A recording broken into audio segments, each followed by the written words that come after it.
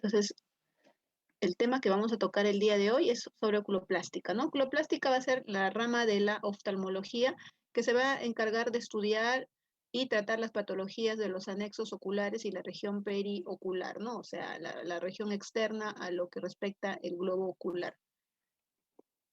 Ahora, hay patologías en oculoplástica. Entonces, el terigio, como ayer les hablé, es un trastorno de conjuntiva, pero que también los oculoplásticos tienden a tratarlo. Entonces, este terigio, muy conocido por todos como carnosidad, va a originarse a partir de un proceso inflamatorio y degenerativo de la conjuntiva. Y la característica distintiva es la alteración focal del limbo. ¿Les hablé? ¿Se acuerdan de que el limbo va a ser una zona de transición entre la córnea y la conjuntiva? Esto va a tener células madres, limbares, que van a ayudar a qué? A que esta conjuntiva respete este límite y no sobrepase la barrera del limbo y poder proliferar hacia la córnea, ¿no? Recuerden que la córnea es un lente transparente, que tiene una función refractiva muy importante, por ello es que es importante también que estos tejidos se diferencien entre sí, ¿no? Y tengan sus límites establecidos. Pero cuando hay un proceso inflamatorio crónico degenerativo, pues estas células limbares no van a cumplir esa función de barrera, de límite. Entonces, ¿qué va a pasar? La conjuntiva va a proliferar, va a sobrepasar este limbo y va a invadir la córnea, como podemos ver acá, ¿no? Ahora, este terigio no representa una amenaza severa, ¿por qué? Porque no es no es un proceso maligno, ¿no? Es una lesión benigna, ¿no? Ahora, ¿va a comprometer la visión? Bueno, en muchos casos no va a comprometer la visión, sin embargo, puede llegar a afectar. ¿Por qué? Si esta carnosidad crece e invade el eje visual a nivel del borde pupilar, ¿qué va a pasar? Pues va a bajar la visión. ¿Por qué? Porque va a producir una opacidad a este nivel, ¿no? Ahí sí puede afectar la visión. Entonces, ¿qué tendríamos que hacer? Pues operar para retirar esta lesión. Ahora hay que tener en cuenta que cualquier afectación en la córnea que comprometa prátonos profundos, recuerden, nos va a formar un leucoma, que es una opacidad. Entonces, un paciente pues, que llega a tener un terigio en grado 4, que sobrepasa el borde o sobrepasa la pupila, pues si nosotros operamos va a mejorar su visión, sí va a mejorar su visión, pero hay que tener en cuenta que va a haber un grado de opacidad corneal a nivel donde ha estado el terigio. Es por ello que es importante, pues, no dejar que este terigio crezca tanto para que la calidad visual del paciente no se vea comprometido, ¿no? Ahora, esa es una parte. Ahora, la segunda, ¿cómo puede afectar la visión? ¿Cómo es? Este terigio, como le dije, crece por encima de la córnea. Entonces, ¿qué va a hacer? Va a traccionar la córnea. La córnea tiene que mantener una forma curveada. Y si yo, pues, tengo un proceso o una lesión que sobrepasa esta córnea, prolifera por encima de la córnea, ¿qué va a hacer? Me va a aplanar esta córnea. Entonces, si la aplana, ¿qué va a pasar? Pues va a haber problemas refractivos, se pueden formar astigmatismos secundarios a un terigio traccional. Esto se produce cuando hay mucha tracción, mayormente en personas jóvenes o cuando esos terigios están muy inflamados, tienden a traccionar más, ¿no? O cuando son muy grandes también. Entonces, por estas dos tipos de causas pueden alterar la visión. Cuando comprometen el borde, la pupila, perdón, y cuando traccionan mucho y ocasionan un astigmatismo secundario, ¿no? Por esa tracción. Y recuerden que estos terigios pues normalmente se van a formar a las 3 y 9 horas. Pues si ustedes ven una lesión conjuntival que prolifera la córnea a nivel de 12 horas, 6 horas, pues eso no es un terigio, es otra alteración, ¿no? Ahora es como dije, una proliferación fibrosa vascular, ¿no? Cuando lo podemos examinar a mayor detenimiento, vemos, ¿no? Que hay una degeneración fibrótica de la conjuntiva que va a invadir la córnea, y va a sobrepasar, va a llegar hasta la capa de Bowman, ¿no? Se va a profundizar hasta esa zona. Ahora, como les dije, se van a localizar entre 9 y 3 horas, o sea, en nasal y temporal, ¿no? Ahora, puede ser, como en este caso, a nivel nasal o los nasotemporales, como podemos apreciar acá. Tanto en la parte temporal y en la parte nasal hay una carnosidad, ¿no? Entonces, esta obviamente es más compleja, ¿no? Es más compleja tanto para operar como para tratar y todo lo demás. Ahora, cuáles son las partes, ¿no? Las partes son la cabeza, el cuello y el cuerpo del pterigion, ¿no? En algunos pacientes, sobre todo cuando ya el pterigion es muy crónico, se puede apreciar la línea de Stoker que pueden ver aquí, que es una línea de coloración café que más que todo va a ser depósito de hierro que se va a acumular pues por el desnivel que hay, ¿no? Recuerden que al haber esta conjuntiva que va a crecer sobre la córnea, va a haber pues un desnivel, ¿no? La córnea va a estar en un plano y la conjuntiva en un plano que va a estar sobrelevado, entonces no va a haber una superficie uniforme. Entonces, ¿qué va a pasar? Pues la película lagrimal no va a estar de forma lineal, de forma uniforme y se van a depositar ciertas sustancias como el hierro que se van a acumular en esa zona de transición, ¿no? Entre la córnea y el pterigion. Y también podemos clasificarlos de acuerdo a su extensión. Grado 1 es cuando llega al limbo corneal, como pueden apreciar acá. Esto es un pterigion grado 1 que recién ha llegado al limbo, es pequeñito, ¿no? Grado 2, que va a estar entre el limbo y el área pupilar, o sea, al medio. Esto es un grado 2, un poco más grande. El grado 3 es que ya va a llegar al borde de la pupila, como podemos apreciar aquí, es más grande, ¿no? Y el grado 4, que es lo que muchos de nosotros queremos evitar, porque miren, fíjense, este pterigion ya sobrepasó el área pupilar, sobrepasó la pupila, entonces compromete el eje visual y aquí la visión del paciente pues va a estar comprometido, es un paciente que no va a ver bien y en estos casos pues estaría indicado retirar ese pterigion más que todo pues con fines ópticos, con fines visuales para ayudar a mejorar la visión en este paciente, ¿no? Ahora, tenemos otro, lo que es el coloboma de párpado superior con afectación corneal. Como podemos ver acá, el coloboma es un cierre incompleto, como hablamos la vez anterior, ¿no? Es un cierre incompleto. Acá vemos, la vez anterior les mostré un coloboma de nervio óptico, un coloboma de iris, y acá tenemos un coloboma de párpado, donde vemos que los bordes del párpado no se fusionan, están separados. Aquí también. Pero ¿cuál es el detalle aquí? Que también no hay recuerden que el tarso y la córnea están separados, o sea, la conjuntiva tarsal no está pegada a la córnea y asimismo la conjuntiva tarsal no está pegada a la conjuntiva vulvar, o sea, la conjuntiva que va a recubrir el globo ocular. ¿Qué vemos en este caso? Pues que esto está pegado, ¿no? Está unido. Entonces, hay bastante afectación, ¿no? Vemos que este párpado no se ha cerrado, vemos que hay ausencia de borde palpebral y de línea de las pestañas, solo la podemos apreciar en la parte temporal, y vemos que hay una unión entre el tarso, la conjuntiva tarsal y la córnea, ¿no? Entonces, este es un coloboma con afectación corneal, ¿no? Como podemos apreciarlo aquí con mayor claridad, ¿no? Acá casi ni se diferencia el párpado, no tenemos una formación del párpado, no ha habido un buen cierre, una buena formación, y asimismo vemos que prácticamente el párpado se continúa con quién, con la córnea, con la conjuntiva, con el globo ocular, cosa que no debería pasar, ¿no? Ustedes saben que el párpado va a recubrir el globo ocular y algunos anexos, pero no es que va a estar pegado, unido a ellos, ¿no? Entonces, esto es un trastorno congénito. Ahora, tenemos otras patologías que también pueden afectar el párpado y en algunas veces, cuando es más grave, la región orbitaria, como es una celulitis preseptal y una celulitis orbitaria. Aquí podemos observar, por ejemplo, miren, vemos un párpado en un paciente que posiblemente ha tenido, miren, ve una herida, ¿no? Posiblemente haya sufrido de alguna agresión o haya tenido algún accidente y bueno, tiene una herida, una solución de continuidad a nivel de la piel, del párpado superior, lado temporal del ojo derecho en este caso.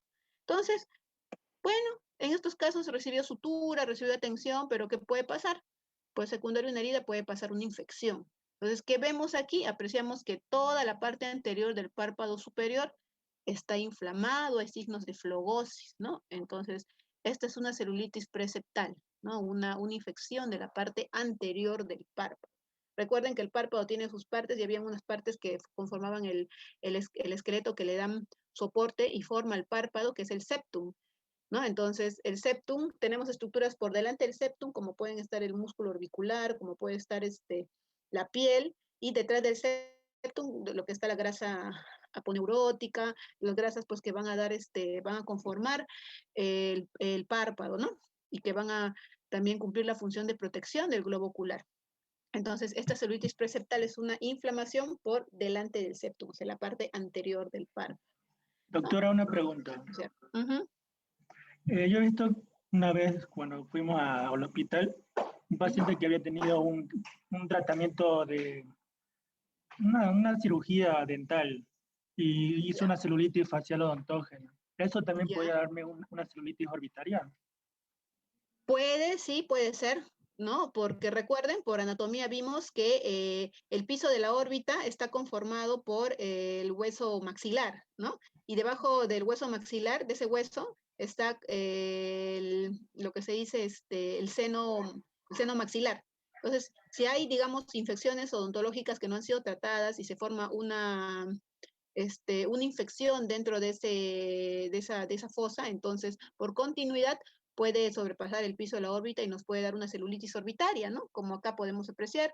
O también tenemos los senos etmoidales, ¿no? En la parte interna. Entonces, recuerden que el seno etmoidal, el hueso etmoides también va a conformar la pared interna de la órbita, ¿no? Recuerden que eso lo estudiamos en la primera clase. Entonces, si hay una, si hay una infección dentro de ese seno por continuidad, recuerden que las paredes son muy delgaditas, hay como una lámina papirácea, puede sobrepasar ese hueso, invadir la órbita y formar abscesos orbitarios. Entonces, sí, sí, ¿no? Es válido, sí. Infecciones, ¿no? Sinusitis pueden causar esos y también abscesos dentales que no son tratados adecuadamente, que pueden abarcar, como les digo, el seno maxilar y por continuidad la órbita, ¿no? Entonces sí se ha visto, ¿no? Muchas veces en niños también. Gracias, Entonces, doctora. acá vemos una celulitis preseptal, ¿no? Preseptal, que es en la parte anterior. Entonces, acá no nos preocupamos tanto, damos antibiótico vía oral y vamos observando cómo va el paciente, ¿no? El caso contrario, ¿qué vemos acá? Vemos afectación de qué? De la conjuntiva. Miren, una quemosis 360 grados de la conjuntiva. O sea, quemosis es una inflamación de la conjuntiva, ¿no? Asimismo, ¿qué vemos? Mire, le pedimos al paciente que mire hacia abajo, que haga, ¿y qué pasa? El ojo izquierdo lo mueve, pero miren, el ojo derecho no se mueve, se queda estático, ¿no? El paciente refiere dolor, hay restricción a los movimientos oculares, hiperemia. Entonces, ¿qué me estaría indicando esto?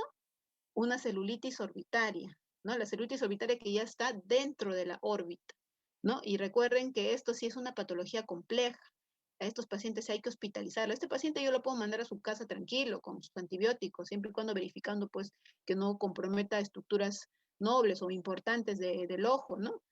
Pero si yo encuentro un paciente con una celulitis orbitaria, lo tengo que hospitalizar porque recuerden, la órbita tiene contenidos que son muy importantes, el globo ocular, los músculos extraoculares, los vasos sanguíneos y sobre todo el nervio óptico. Entonces, este paciente tiene que entrar un tratamiento por hospitalización endovenoso, pero amplio. Y si nosotros tomamos imágenes como tomografías de órbita y vemos que ya se forman abscesos, ya pues es un paciente que tiene que ser operado, ¿no? Hay que drenar ese absceso para evitar lesiones a nivel de la órbita, sobre todo lesiones a nivel del nervio óptico. Recuerden que si el nervio óptico se daña, pues se va a producir ceguera, ¿no? Entonces es muy importante ello.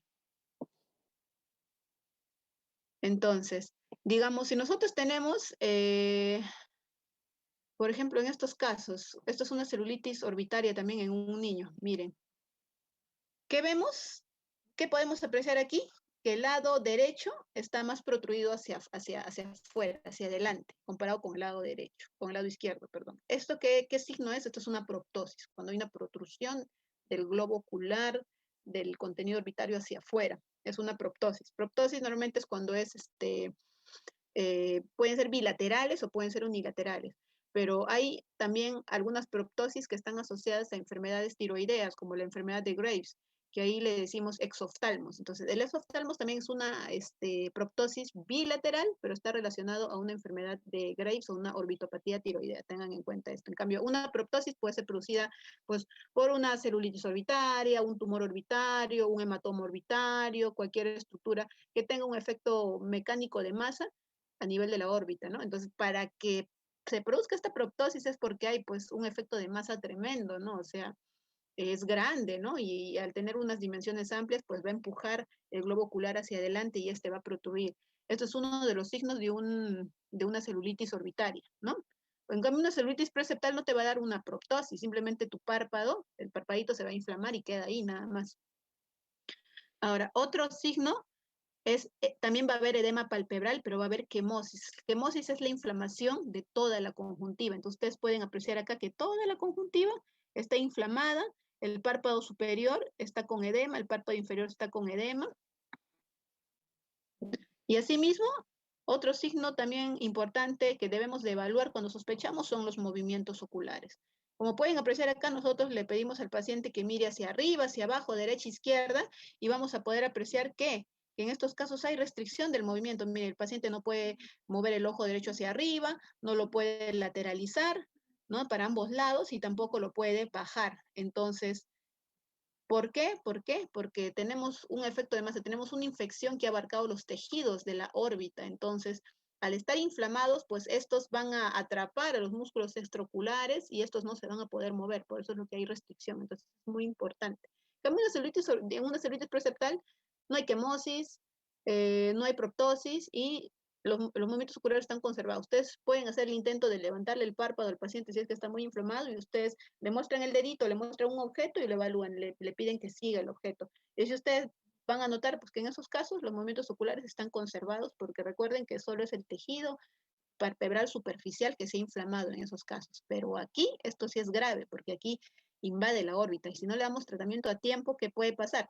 Se puede formar un absceso. Si no tratamos un absceso, se puede formar una trombosis de seno cavernoso. Recuerden que el seno cavernoso lo estudiamos la semana pasada y es una gran vena que está localizado ahí en la parte del intracraneal. Entonces, imagínense, si una infección llega al seno cavernoso, pues es muy mortal. Entonces, eso es lo que tenemos que evitar. Recuerden que la órbita tiene una relación estrecha con el cráneo. Entonces, cualquier infección no tratada a nivel anterior invade el cerebro, pues ya tiene una complicación muy grande, ¿no? Entonces, eso es lo que tenemos que identificar y tratar, ¿no? Entonces, aquí hay una oftalmoplegia y restricción de movimientos oculares. Entonces, las manifestaciones clínicas de una celulitis orbitaria va a estar presente, lo que van a encontrar mayormente, la oftalmoplegia, o sea, restricción de movimientos oculares y proptosis, ¿no? El ojo va a protruir. En algunos casos, bueno, pueden encontrar fiebre, obviamente es una infección grande y puede estar acompañada de fiebre. Y si ustedes pues toman alguna analítica de laboratorio, pues pueden encontrar leucocitosis con desviación izquierda, premio de neutrofilia y todo lo demás, ¿no? Entonces hay que hacer unidad clínica, tanto con la parte semiológica y la parte laboratorial. Pero recuerden que siempre la clínica manda. Puedes estar, digamos, en tu serums o en un centro de salud pequeño y te llega un paciente con una celulitis orbitaria y lo diagnosticaste y ya. Por clínica ya le diste el diagnóstico y los exámenes de laboratorio ya son complementarios, ¿no? Entonces recuerden eso siempre. En medicina la parte clínica manda bastante y eso es lo que nos va a dar la mayor parte de datos, ¿no? Para llegar a un diagnóstico junto con la anamnesis y el examen clínico. Entonces, acá también tenemos un coloboma incompleto de párpado, como podemos apreciar, ¿no? En estos bebés, vemos que no se ha cerrado el párpado de forma adecuada, ¿no? Entonces hay como que una abertura, una falta de fusión, ¿no? En estos casos, como podemos apreciar, estos ya son trastornos congénitos. Ahora, ayer estudiamos lo que era un entropion, ¿se acuerdan, no? Cuando hacíamos, digamos, la evaluación de los anexos oculares, evaluación de párpados. Entonces, el diagnóstico diferencial de un entropio. Recuerden, el entropion era cuando había un enrollamiento, un cabalgamiento de los retractores con el orbicular y ¿qué pasaba? El borde palpebral se dirigía para la parte interna del ojo, o sea, el borde de las pestañas se metía por dentro del ojo y que había rozamiento de las pestañas con la córnea y contra la conjuntiva y esto ocasionaba queratitis y mucho disconfort en el paciente, ¿no? Ahora, un diagnóstico diferencial de este entropion, ¿qué es? Pues un epibléfaro. Ahora, el epibléfaro normalmente se va a presentar en niños, en bebés, ¿no? ¿Qué va a pasar? Que hay los niños, al ser pues rechonchitos, al ser más gorditos, ¿no? Van a contener mayor tejido graso a nivel del rostro. Entonces, al haber este tejido graso a nivel del rostro, algunos pequeños, pues, ¿qué van a hacer? Esta grasita se va a formar como que un pliegue a nivel del párpado inferior y este pliegue va a hacer que la pestaña se invierta hacia el lado interno y en algunos casos rocen estas pestañas con la córnea y la conjuntiva, similar a un entropio. Pero un entropio es más que todo en un adulto. En cambio, este epibléfaro es en un pequeño. pero no quiere decir que haya un cabalgamiento, que haya alguna desinserción de los retractores del párpado inferior para formar esto, no, simplemente esto es por composición anatómica, por grasa que está en el rostro del bebé. Entonces, conforme va creciendo el bebé, el niño, pues la grasa se va distribuyendo a nivel del rostro y este enrollamiento que produce que se invierta la línea de las pestañas se va a normalizar. Entonces, esos epibléferos nosotros observamos en niños, ¿no? Le damos un tiempo, muchas veces estos resuelven solo porque el niño crece, es parte de su crecimiento, pero en algunos casos no logran resolver y ya tenemos que hacer una corrección quirúrgica para que estas pestañas dirigirlas hacia la parte externa y estas no dañen el ojo, ¿no? Entonces, ese es un diagnóstico diferencial de un entropion. Un entropion, como le digo, lo van a ver en adultos, más que todo en ancianos, donde ya pues los tejidos pierden laxitud, hay desinserción de los retractores y por tanto el borde palpebral se va a dirigir hacia la parte interior, se va a invertir su dirección, ¿no? Pero el epibléfaro es en bebés. Ven bebés rechonchitos, medios chinitos, con inversión de la línea de las pestañas, epibléfaro. Observo. Y si no se resuelve y hay daño en la córnea, ya pienso en operar, ¿no? Entonces tengan en cuenta eso también. ¿No? Este es un entropion, como les dije anteriormente, miren la diferencia, ¿ven? Entre un epibléfaro, que es un rollito de grasita en los bebés, y un entropion en un adulto mayor, donde ya hubo desinserción de estos retractores por pérdida de laxitud por la edad, y todo el borde palpebral con la línea de las pestañas se invierte, ¿no? Y obviamente esto daña la córnea, ¿no? Por tracción mecánica. Entonces, en este caso se hace una cirugía, ¿no? Se corrige, ¿para qué? Para colocar en la posición correcta el borde palpebral y la línea de las pestañas. Estos deben estar afuera, ¿no? Tenemos también el ectropion, que es todo lo contrario. Si el entropion las pestañas iban para adentro, en el ectropio se van para afuera, ¿no? Pero es ya un rasgo patológico, ¿no? Porque también hay laxitud de estos tejidos y caso contrario, estas pestañas se van para afuera, pero miren, hay exposición de la conjuntiva tarsal. Esta conjuntiva tarsal en condiciones normales no debe estar expuesta, pero en este caso sí. Entonces, este es un entropion involutivo, como dice su nombre, por la edad, un proceso degenerativo, que este margen palpebral, borde palpebral, se va a rotar hacia afuera. ¿Y esto qué va a producir? Como les dije, al estar rotado hacia afuera, va a haber mayor exposición de la superficie ocular. Entonces, produce conjuntivitis, inflamación de conjuntiva por exposición, hipertrofia conjuntiva. Recuerden que si una mucosa está expuesta a la atmósfera, pues va a haber hipertrofia de estos y tienden a queratinizarse para como efecto de defensa, ¿no? Entonces, esto también pues tiene que tener una corrección quirúrgica, ¿no?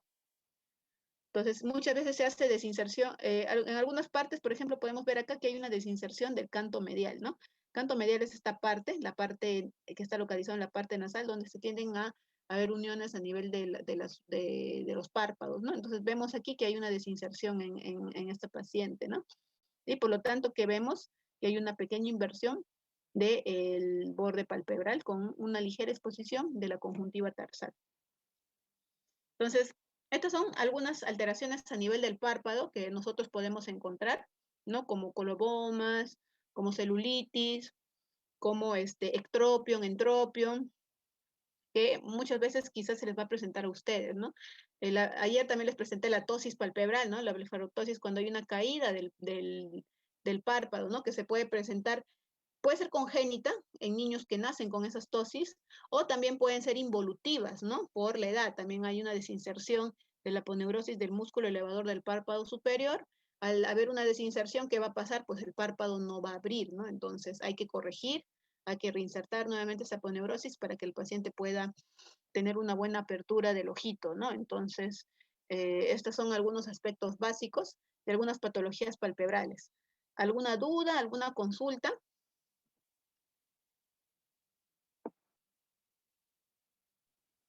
Doctora, una pregunta.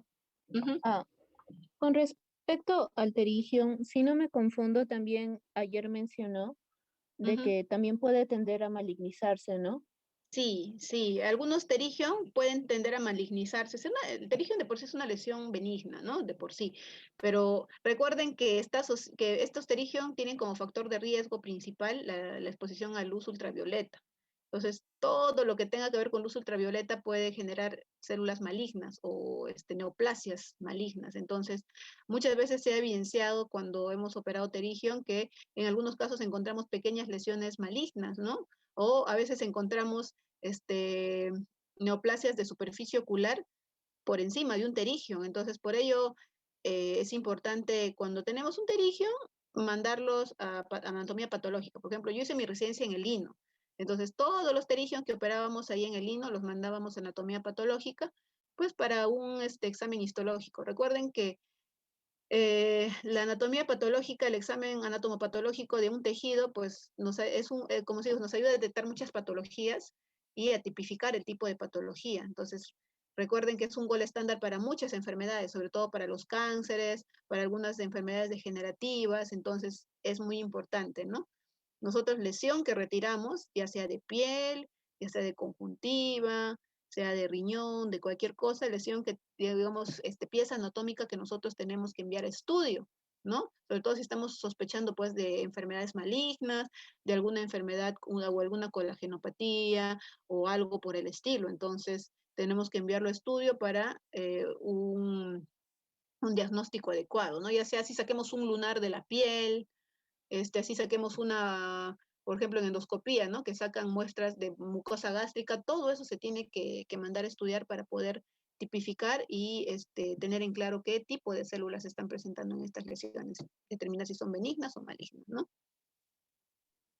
Y doctora, ectoscópicamente se puede ver si el pterigium es maligno o no. Sí, hay signos ectoscópicos. Por ejemplo, si nosotros tenemos un pterigium, o sea, recuerden, esto es un pterigium con una buena distribución, eso es un pterigium normal. Pero si nosotros por acá vemos un pterigium y acá vemos un vaso grandote y por acá vemos como que una lesión sobrelevada con un vaso nutricio grande, pues ahí ya hay que estar atentos, ¿no? O sea, eso no es normal, no es un pterigium normal, ¿no? Que le llegue un vaso justo que encima de mi pterigium tenga una pequeña lesión y que le llegue un vaso grandote, entonces ya es sospechoso de que pueda ser maligno, ¿no? O si tengo un pterigium con lesiones ulceradas, ¿no? O sea, la superficie de pterigium tiene que ser así como esta, regular. Pero si yo tengo lesiones ulceradas a nivel del pterigium con bordes irregulares, leucoplaquias, lesiones blanquecinas encima, un vaso nutricio grandote, pues ya tengo que sospechar, ¿no? Entonces, por ello es muy importante, como les digo, el examen clínico, ¿no? Gracias, doctora. Tengo una pregunta más Ujú, con respecto a la celulitis preceptal y orbitaria. ujú, Se le da tratamiento antibiótico sistémico, dijo, ¿no? claro. ¿Qué tipo de antibióticos son los que usan?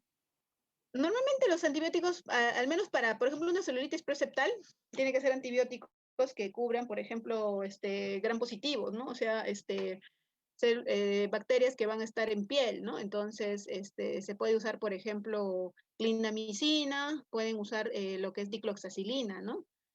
Entonces, si tienen un paciente alérgico a penicilina, ya no le dan dicloxacilina y le dan clindamicina, ¿no? Entonces, básicamente tendemos a usar eso, ¿no? O puede ser amoxicilina, ácido clavulánico también, ¿no? Que tienen buena penetrancia a nivel de piel, ¿no? Y que van a cubrir esos gérmenes.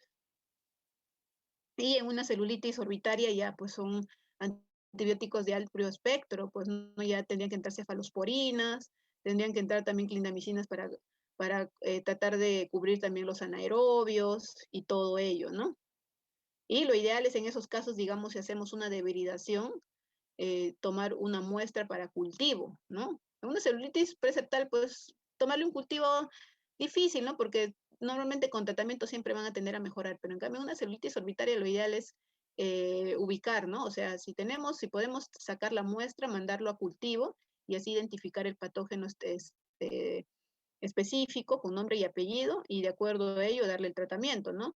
Siempre que se hace un cultivo va de la mano con un antibiograma, pues para ver a qué tipo de antibiótico es sensible, ¿no? Entonces, sí, ya como digo, para una celulitis orbitaria tendría que ser un tratamiento endovenoso amplio, ¿no? Pueden ser con oxacilina, puede ser también con clindamicina endovenosa, cefalosporinas como ceftriaxona, y viendo, pues, ¿no? El tipo de germen que encontramos, ¿no? Al inicio, empíricamente podemos dar ese tratamiento, pero una vez que ya tengamos resultados de cultivo, con nombre y apellido, como les dije, y sensibilidad antibiótico, ya podemos variar un poco el tratamiento, ¿no? Si es que es sensible a los antibióticos que estamos dando, lo mantenemos, pero si por ahí vemos pues que encontramos un germen, un estafilococo aureus o un estafilococo epidermidis, por ejemplo, que no es sensible, por ejemplo, a oxacilina, pues ya tengo que rotar mi antibiótico, ¿no? Porque mi tratamiento no va a funcionar. Entonces, por ello es importante eso. ¿Y por cuánto tiempo le dan antibióticos? Normalmente se va a tender a dar al menos endovenoso, siquiera pues unos 10 días, 2 semanas, y conforme va mejorando el cuadro clínico, pues ya vamos a ir bajando también, rotamos ya los antibióticos endovenosos a antibióticos ya vía oral, ¿no? Entonces sí es largo, ¿no? Porque tenemos que asegurarnos de que ya la infección remita, porque recuerden que la órbita está cerca a la región cerebral, entonces no podemos dejar pues que eso por contigüidad avance y llegue hacia el cerebro, hacia el seno cavernoso, ¿no? Porque ya sería mortal para el paciente. Pues nos aseguramos con un buen tiempo de tratamiento. Gracias, doctora. Doc, una consulta. Independientemente de la clasificación de extensión que tenga el pterigium, independientemente del grado que sea, el tratamiento siempre será quirúrgico, ¿correcto? Sí, o sea, va a depender del paciente, ¿no? Si el paciente, por ejemplo, muchas veces la cirugía de pterigium en algunos casos es por temas estéticos. A algunas personas no les gusta tener el pterigium ahí porque se ven mal, es lo que refieren. Entonces, por temas estéticos, sobre todo los jóvenes tienden a operarse, ¿no? Ahora, si yo le doy gotitas, le doy antiinflamatorios, lubricantes, pues la inflamación, la hiperemia del pterigium va a bajar, pero el tamaño del pterigium no va a desaparecer con gota. Entonces, si una persona definitivamente ya no quiere tener el pterigium, no quiere saber nada del pterigium, así sea grado 1, se va a tener que operar. Correcto. Se conversa entonces con el paciente en ese caso. Ok, doctora, gracias. ¿Alguien más? ¿Alguna duda, alguna consulta?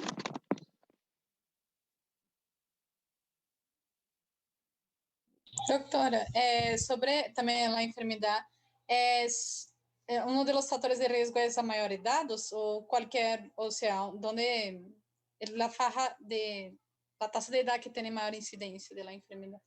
¿Para pterigium? Ajá. Mayormente son adultos jóvenes. Adultos jóvenes, aprox pues entre los 20 años a 30 años, ¿no? Va a ser más común en ellos, ¿no? Incluso, por ejemplo, va a ser determinado también, por ejemplo, el tipo de ocupación que tenga, ¿no? Personas que trabajan al aire libre en el campo, pues van a tener más riesgo de hacer un terigio, ¿no? Ahora, mayormente en adultos mayores, difícil, ¿no? Si un adulto mayor, digamos, se expone al sol, difícilmente le va a salir un terigio, es más que todo en jóvenes, ¿no? En jóvenes, porque los jóvenes tienen mayor actividad inflamatoria, entonces es por ello que la mayoría de jóvenes siempre van a presentar los terigios activos, hiperémicos. Un signo de actividad en el terigium es que esté hiperémico, que esté, como le digo, bien hipertrófico, hiperémico, que le pique, que le arda al paciente. Entonces ustedes ven que un paciente dice, me pica el terigium, me arde, está rojo el ojo, es porque ese terigium está activo. Y si está activo, ¿qué significa? Pues que va a seguir creciendo, ¿no? Entonces, por ello es importante explicarle al paciente que no debería exponerse mucho tiempo al sol, que debería usar sus lubricantes y todo ello, ¿no? Para evitar que el pterigium siga activo y siga hiperémico, ¿no? Pero mayormente es en personas jóvenes. Si ustedes evalúan un pterigium en una persona, pues, de unos 70 años, 60 años, pues ya lo van a notar atrófico, ¿no? Atrófico, o sea, el pterigium ya no va a estar tan sobrelevado, no va a estar tan hiperémico, no le van a ver tantas venas, tantos vasos, sino como van a ver un pterigium atrófico, pues con vasos sanguíneos escasos, al paciente no le va a picar, no le va a arder, no le va a molestar. Entonces es un pterigium ya atrófico que normalmente vamos a tender a ver en pacientes ya de la tercera edad, pues, ¿no? Adultos mayores. Incluso cuando operamos esos pterigium salen rapidito, uno le pasa el bisturí y solito se sale. En cambio, el pterigium en un joven sí es más difícil, porque como le digo, al estar inflamado, al estar activo, está más adherido a la córnea, ¿no? Entonces es un poco más difícil, ¿no? Y hay que resecar bien y hay que limpiar bien para evitar que recidive, ¿no? Porque ¿qué pasa? Ya, un paciente se opera el pterigium y dice, ya me opero, ya solucioné mi problema, ya no tengo el pterigium. Pues no, si te sigues exponiendo al sol, sigues en regiones pues que están, donde hay mucha sequedad, mucha exposición al polvo y el ojo se sigue inflamando, pues ese pterigium va a volver a crecer, sobre todo en personas jóvenes, ¿no? Personas jóvenes tienen alto riesgo de recidiva. Y cuando el pterigium crece, no es como esta formación bonita, alada, con tejido elastótico, no, sino ya crece de forma fibrótica. Se fibrosa y tracciona más la córnea, el ojo se inflama más, es más difícil de resecarlo y todo lo demás. Es por ello, pues, que cuando nosotros operamos pacientes jóvenes, les explicamos, pues, que la tasa de recidiva en ellos es alto, ¿no? Y que así se cuiden bien del sol o así usen su lubricante, pues, el pterigium puede volverles a crecer, les puede volver a crecer. ¿En cuánto tiempo? Puede ser en 1 mes, 2 meses, 3 meses, 1 año, 2 años, va a depender del tipo de paciente, ¿no? Pero es alto, entonces. Siempre cuando nosotros tengamos que hacer algún procedimiento quirúrgico, ¿no? Hay que explicar bien al paciente los pros y los contras y las cosas que pueden venir, porque cuando uno no le informa al paciente lo que puede pasar, pues ahí vienen los problemas médico-legales, ¿no? Que me operó mal, que no me dijo, que si me decía no me operaba. Entonces, por ello, con todos los pacientes, cuando tengan que hacer una sutura de herida, cualquier tipo de procedimiento en general, tienen que informar. Y obviamente el paciente tiene que firmar su consentimiento informado, ¿no? O sea, siempre. Entonces, por ello es importante la comunicación, ¿no? Siempre los pacientes, cuando ustedes le den un tratamiento, van a tener expectativas muy grandes, ¿no? Pero siempre explicarles cuál es el pronóstico, cuáles van a ser los resultados, sobre todo explicarle también el porqué de la patología, por qué apareció, y si el paciente no modifica sus conductas, pues no va a haber un tratamiento exitoso, ¿no? Entonces, por ello es muy importante siempre hablar con el paciente, comunicarse, hacer una buena anamnesis y todo lo demás, ¿no? Entonces, la comunicación es básica. Doctora, ¿Ah? doctora, si yo quería hacer una pregunta, Ujú. y en este caso, por ejemplo, en el caso de los jóvenes que Ujú. al momento de operar es más complicado por lo que tiende a estar más inflamado, más hiperémico y esas cosas, ¿no se podría, para facilitar la operación, darle un tratamiento médico previo para disminuir esa inflamación y disminuir mejor dicho, los sentimientos, Claro. los síntomas clínicos que puede tener? Lo ideal es Y así, eso. ¿sí? Sí, lo ideal es eso, ¿no? A ver, cuando yo encuentro un paciente que tiene mucha alteración de superficie ocular, le doy previamente un tratamiento, ¿no? Con lubricante, limpieza, por ahí algún corticoide, y una vez que mejore la superficie ocular, ya cirugía, ¿no? Cirugía.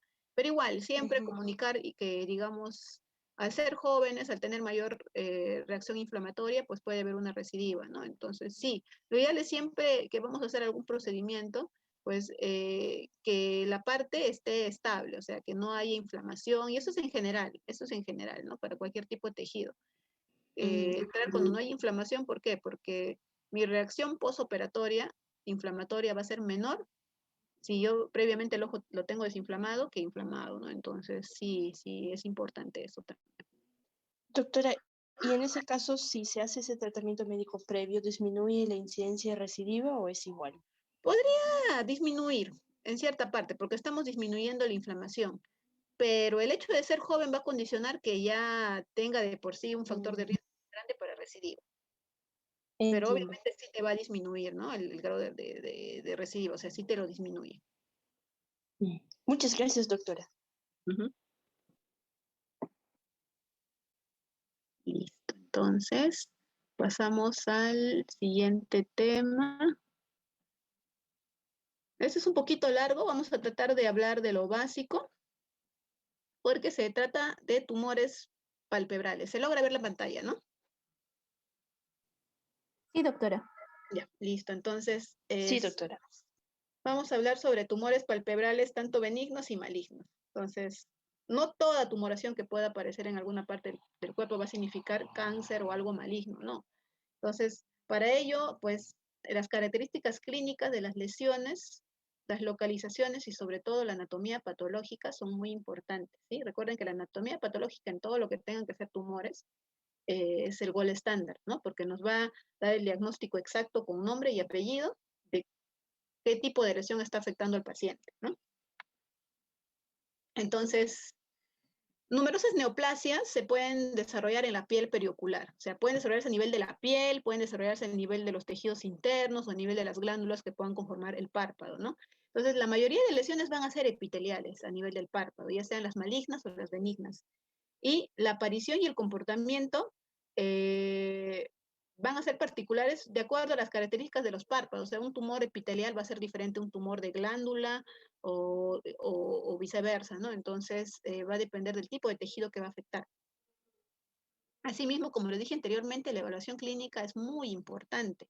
La anamnesis, preguntarle al paciente cuánto tiempo lo tiene, si previamente presentó alguna lesión, si le pica, le duele, le arde, o sea, hay que preguntar al paciente esas cosas. Asimismo, pues, también hacer incidencias sobre si hay antecedentes previos de cáncer de piel en cualquier localización, si hay una excesiva exposición solar. Recuerden que exposición solar prolongada muchas veces está relacionado a neoplasias malignas, ¿no? Entonces, tanto a nivel ocular y a nivel de piel.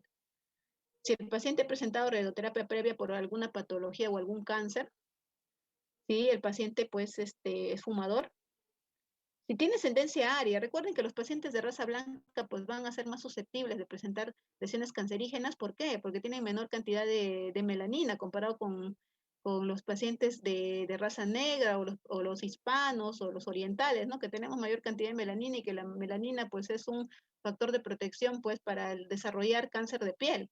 Entonces los pacientes anglosajones, los arios, ¿no? Los nórdicos pues van a tener mayor riesgo de desarrollar pues una neoplasia.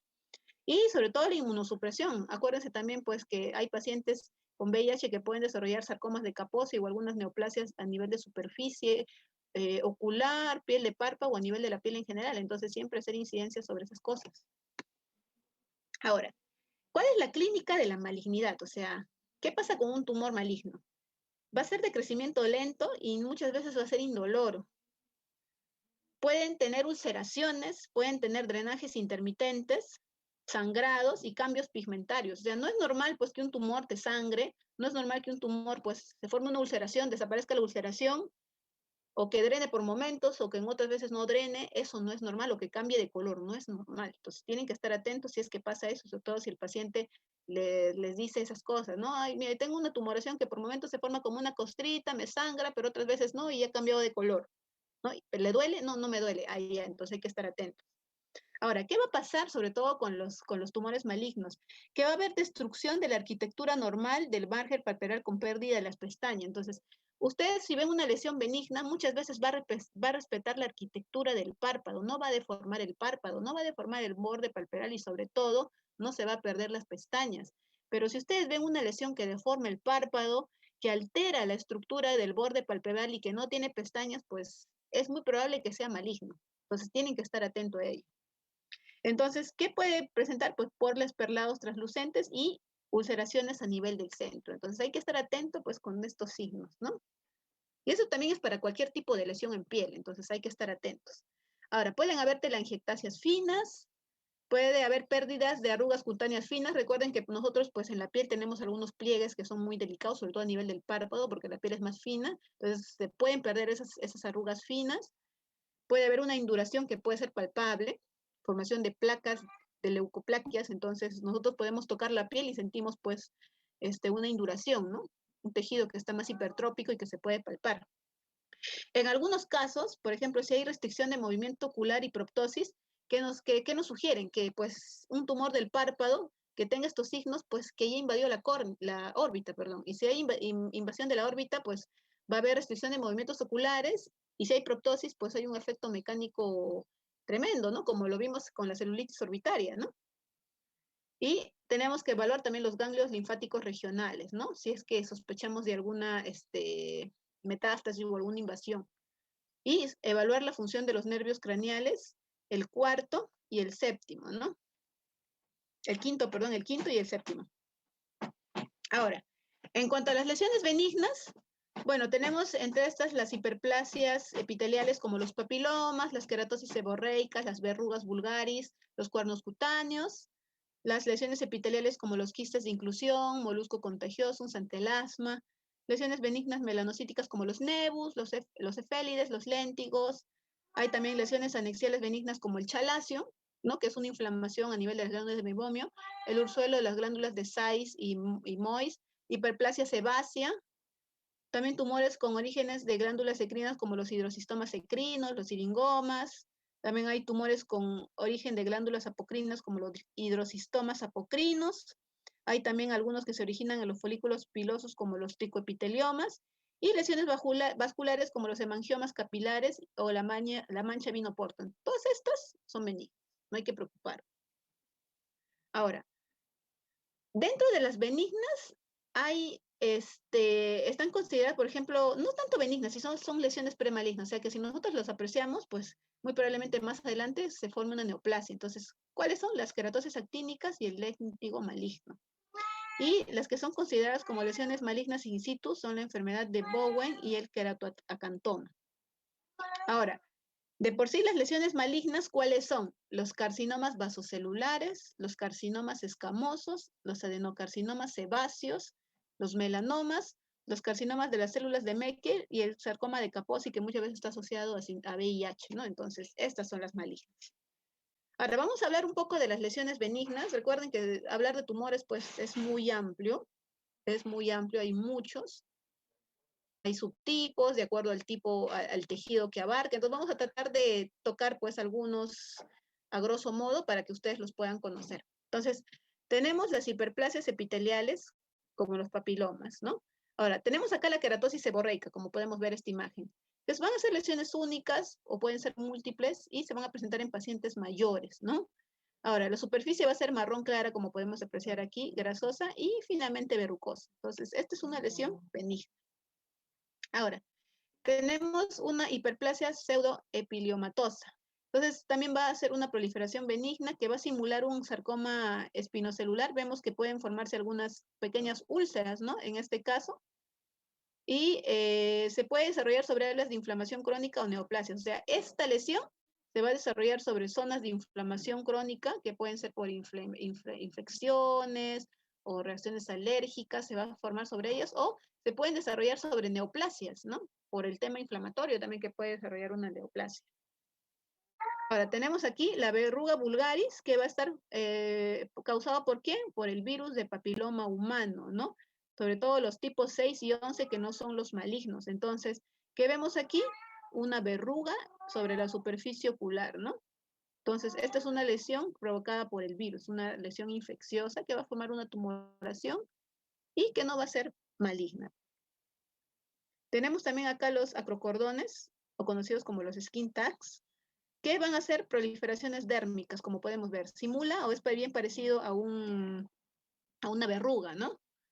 Pueden ser únicas, pueden ser múltiples, incluso algunas también pueden adquirir color, pueden hiperpigmentarse, y va a estar más común en mujeres que pasan la menopausia y en las embarazadas, ¿no? Como podemos ver aquí, los acrocordones. Ahora, tenemos los cuernos cutáneos, ¿no? Los cuernos cutáneos, que son lesiones más grandes, que va a haber una hiperkeratosis marcada, o sea, va a haber bastante formación de queratina. Y está asociado a variedad de lesiones malignas o benignas. O sea, siempre que vean ustedes una lesión así anormal, ¿qué cosa hay que hacer? Hay que tomarle una biopsia y hay que estudiarlo, definitivamente, ¿no? O sea, no lo vamos a retirar y vamos a decir, ya te retiramos esto y te vas tranquilo a tu casa, haz tu vida normal. No. Son lesiones grandes y que muchas de estas pueden preceder lesiones malignas más adelante. Entonces, por ello es muy importante estudiar el estudio anatomopatológico para diferenciarlos, ¿no? Y saber realmente si son malignos o benignos. Ahora, tenemos lesiones... Doctora, una consulta.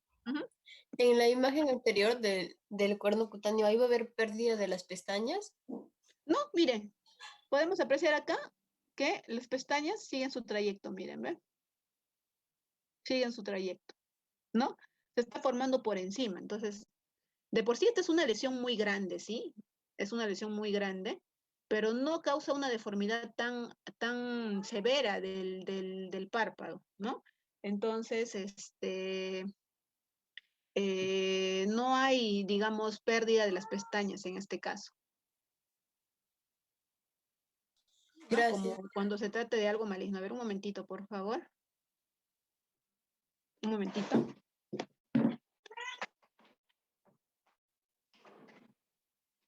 Listo. Ahora, tenemos lesiones epiteliales benignas, como por ejemplo en este caso, los quistes de inclusión, a nivel del párpado, que pueden ser quistes de epidermis, que van a ser los segundos tipos más comunes, que van a ser de crecimiento lento, van a ser redondos, firmes, son superficiales o subcutáneos, no van a ser profundos. ¿Qué van a contener? Pues queratina, ¿no? Y van a emerger del infundíbulo del folículo piloso, o sea, van a depender del folículo piloso, ¿no? Entonces, son lesiones superficiales, redonditas, de crecimiento lento, ¿no? Que va a contener básicamente queratina, o sea, es benigno. Ahora, tenemos acá los milio, como podemos apreciar aquí, en el borde son lesiones blanquecinas, que también son quistes de inclusión, ¿no? Que estos pueden aparecer después de un trauma o durante la fase de curación de ciertos procesos inflamatorios ampollares, ¿no? Entonces pueden formar estos milios secundarios a ellos.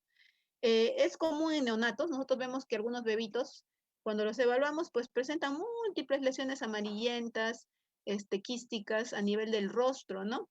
Entonces, son los milion y que generalmente se van a resolución, o sea, van a tener una resolución espontánea, o sea, no hay que darles tratamiento quirúrgico ni nada, porque solitos van a remitir por su cuenta. Ahora, tenemos aquí lo que es el molusco contagioso, que al igual que la verruga, va a estar causado por una infección viral y se va a localizar en cualquier parte del cuerpo. De por sí podemos encontrar molusco contagioso en cualquier parte de la piel, ¿no? Pero también lo podemos encontrar a nivel del párpado, ¿no? Pueden ser en niños y en adultos, algunos con inmunodeficiencia. Y el tratamiento básicamente es observación, ¿no? Y si vemos pues que es constante, podemos, o a la persona no le gusta, le causa molestia, pues podemos hacer una escisión, podemos hacer crioterapia o curetaje, ¿no? Normalmente estas lesiones pues van a ser redondeadas, semi-ulceradas, o sea, no va a haber una ulceración de por sí, sino que va a haber una depresión, formación como de una fosa a nivel central. Entonces, eso es un molusco contagioso.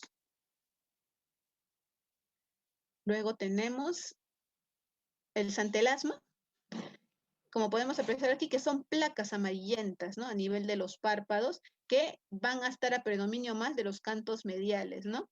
Y se va a formar, ¿por qué? Por macrófagos que van a estar cargados de lípidos a nivel de la dermis superficial y tejido subdérmico. Entonces, miren, son placas amarillentas, ¿no? Que se forman más a nivel de los cantos mediales.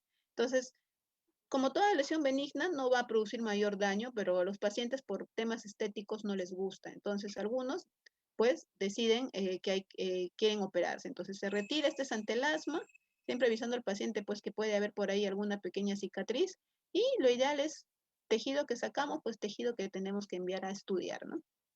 Por anatomía patológica. Ahora, Doctora, también tenemos... es todas esas lesiones que si son benignas y el paciente prefiere que se lo sacan los oftalmólogos Sí, o nosotros si son, por ejemplo, lesiones pequeñas, podemos sacarlo, como por ejemplo con tijera o con bisturí, ¿no? O haciendo algunas incisiones que son pequeñas, ¿no? Pero si ya son lesiones muy grandes que comprometen el 50% del párpado, más del 50% del párpado, lo ideal es que esas lesiones ya lo saque el oculoplástico, ¿no? ¿Por qué? Porque ahí posiblemente hay que hacer reconstrucciones palpebrales y ya son cirugías más complejas. Entonces, mientras sean pequeñitas, nosotros los podemos retirar sin ningún problema. Pero si ya son lesiones muy grandes donde ya involucren reconstrucción palpebral, mejor que lo haga el oculoplástico para que por temas estéticos y temas funcionales, pues el paciente tenga mejores resultados, ¿no? ok. Gracias, doctora. Entonces tenemos lesiones benignas,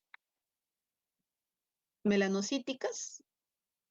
Entonces acá tenemos lo que es un nevus, ¿no? Nevus como un lunar, que va a ser la tercera lesión más benigna, más común, y que van a emerger ¿de dónde? De las células névicas y que van a ser melanocitos no diferenciados, ¿no? Entonces son como unos lunarcitos, ¿no? Que pueden involucrar el borde palpebral. Miren, no va a comprometer la línea de las pestañas. Vemos que las pestañitas siguen su curso, ¿ve? No están deformadas. Ahora, pueden cursar por 3 estadios, como son nevus de la unión, que van a estar localizados en la capa basal del epidermis y que van a presentarse más en niños. Los compuestos que se van a extender de la zona de unión del epidermis y la dermis, que mayormente se va a presentar ya en adultos. Y los dérmicos, que van a ser por involución del componente epidérmico y persistencia del dérmico. Entonces, son los 3 estadios del nevus, ¿no? Ahora, asimismo también como lesiones melanocíticas tenemos los efélides, el léntigo simple, el léntigo solar y el nevus azul, ¿no? ese tipo de lesiones. Entonces tenemos aquí lo que es el nebus de Ota. Como podemos apreciar, se va a presentar más en personas de raza negra y seguido de los hispanos y los asiáticos, que es más común en mujeres y el 5% va a ser bilateral. ¿Y cuál es la característica principal? Que van a recorrer los territorios de la primera y segunda división del quinto nervio craneal, o sea, van a seguir como un dermatoma, por así decirlo, ¿no? La trayectoria de la primera y la segunda división del quinto nervio craneal. Y 1/3 de estos casos puede dar melanocitosis oculodérmica, ¿no? Uno de 400 desarrolla melanoma uveal, ¿no? Entonces, ¿qué quiere decir? Que se van a proliferar hacia la parte interna del globo ocular y pueden ocasionar lesiones a nivel de la uvea, ¿no? Que les explique que es la capa pigmentada del ojo.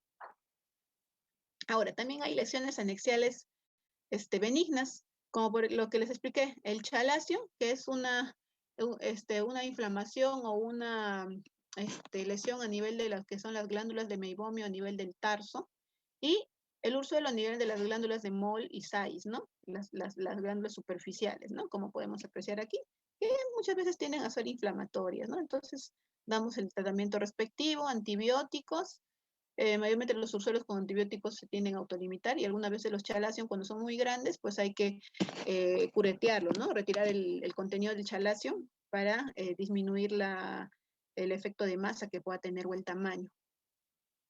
Ahora, la hiperplasia sebácea, como podemos apreciar acá, va a consistir en múltiples pápulas con umbilicación central, o sea, con una depresión central, que va a estar ubicado también en la mejilla y la frente en pacientes mayores de 40 años, y algunas de estas se pueden confundir con los carcinomas vasocelulares, ¿no? ¿Debido a qué? A la pequeña depresión central que pueda tener. Entonces, es importante apreciarlos. Ahora, también hay tumores con orígenes en glándulas ecrinas, como por ejemplo, tenemos lo que es el hidrocistoma ecrino, que van a ser proliferaciones quísticas benignas de los conductos de las glándulas sudoríparas ecrinas, ¿no? O sea, a nivel de las glándulas sudoríparas ecrinas. Ahora, pueden ser solitarios, pueden estar solos o pueden formarse múltiples lesiones, ¿no? Y estas que van a ser de tipo quiste, de 1 a 3 milímetros de diámetro, ¿no? Y pueden crecer alrededor de los párpados o pueden aparecer a nivel de los cantos, ¿no? Miren, aquí hay uno a nivel del canto medio, a nivel cerca a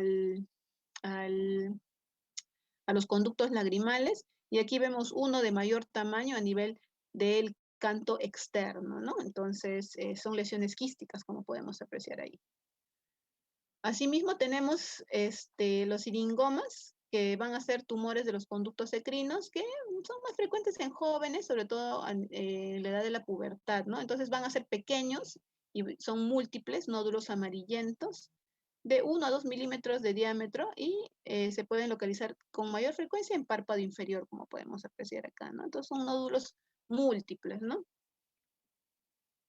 También hay tumores con origen en glándulas apocrinas, como el hidrocistoma apocrino, que es similar, ¿no? al otro hidrocistoma que vino de las glándulas ecrinas, que también son quísticos y dependen de quién, de las glándulas de Moll. Las otras eran de las glándulas sudoríparas, estas son de las glándulas de Moll. El tratamiento es la marsupialización, ¿no? Al igual que el otro, o sea, marsupialización, ¿qué quiere decir? Nosotros hacemos un corte y retiramos el quiste en su totalidad, ¿no? Retirar el quiste con toda su cápsula. Entonces, si nosotros no retiramos el quiste con su cápsula, pues nuevamente va a volver a recidivar y va a crecer la lesión. Por ello que hay que retirar toda la lesión completa, evitar que el quiste se rompa durante la cirugía y sacarlo enterito, ¿no? Ahora, hay también tumores con origen del folículo piloso, como el tricoepitelioma, ¿no? Que se va a originar en el complejo pilosebáceo. También van a ser lesiones múltiples, pueden ser también solitarias, de crecimiento lento, son semicirculares, como podemos apreciar aquí, de 2 a 8 milímetros de diámetro, de color perladas o puede ser color piel, ¿no? Entonces son bien superficiales.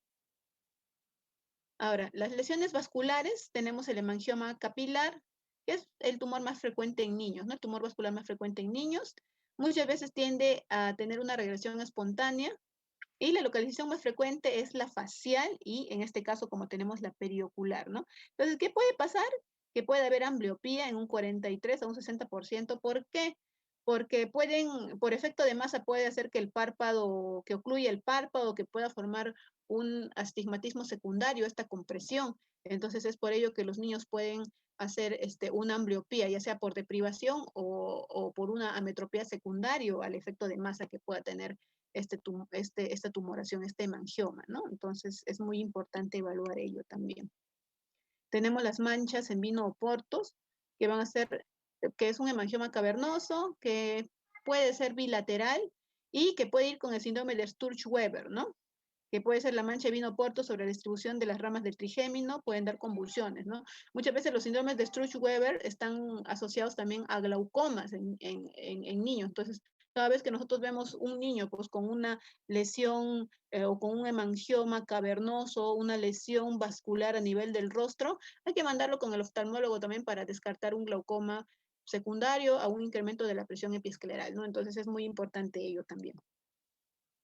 Ahora, tenemos las lesiones premalignas, como la queratosis actínica, que es una lesión premaligna más frecuente en el cáncer de piel. O sea, nosotros tenemos esta queratosis actínica, hay que pensar que más adelante ese paciente va a desarrollar un cáncer.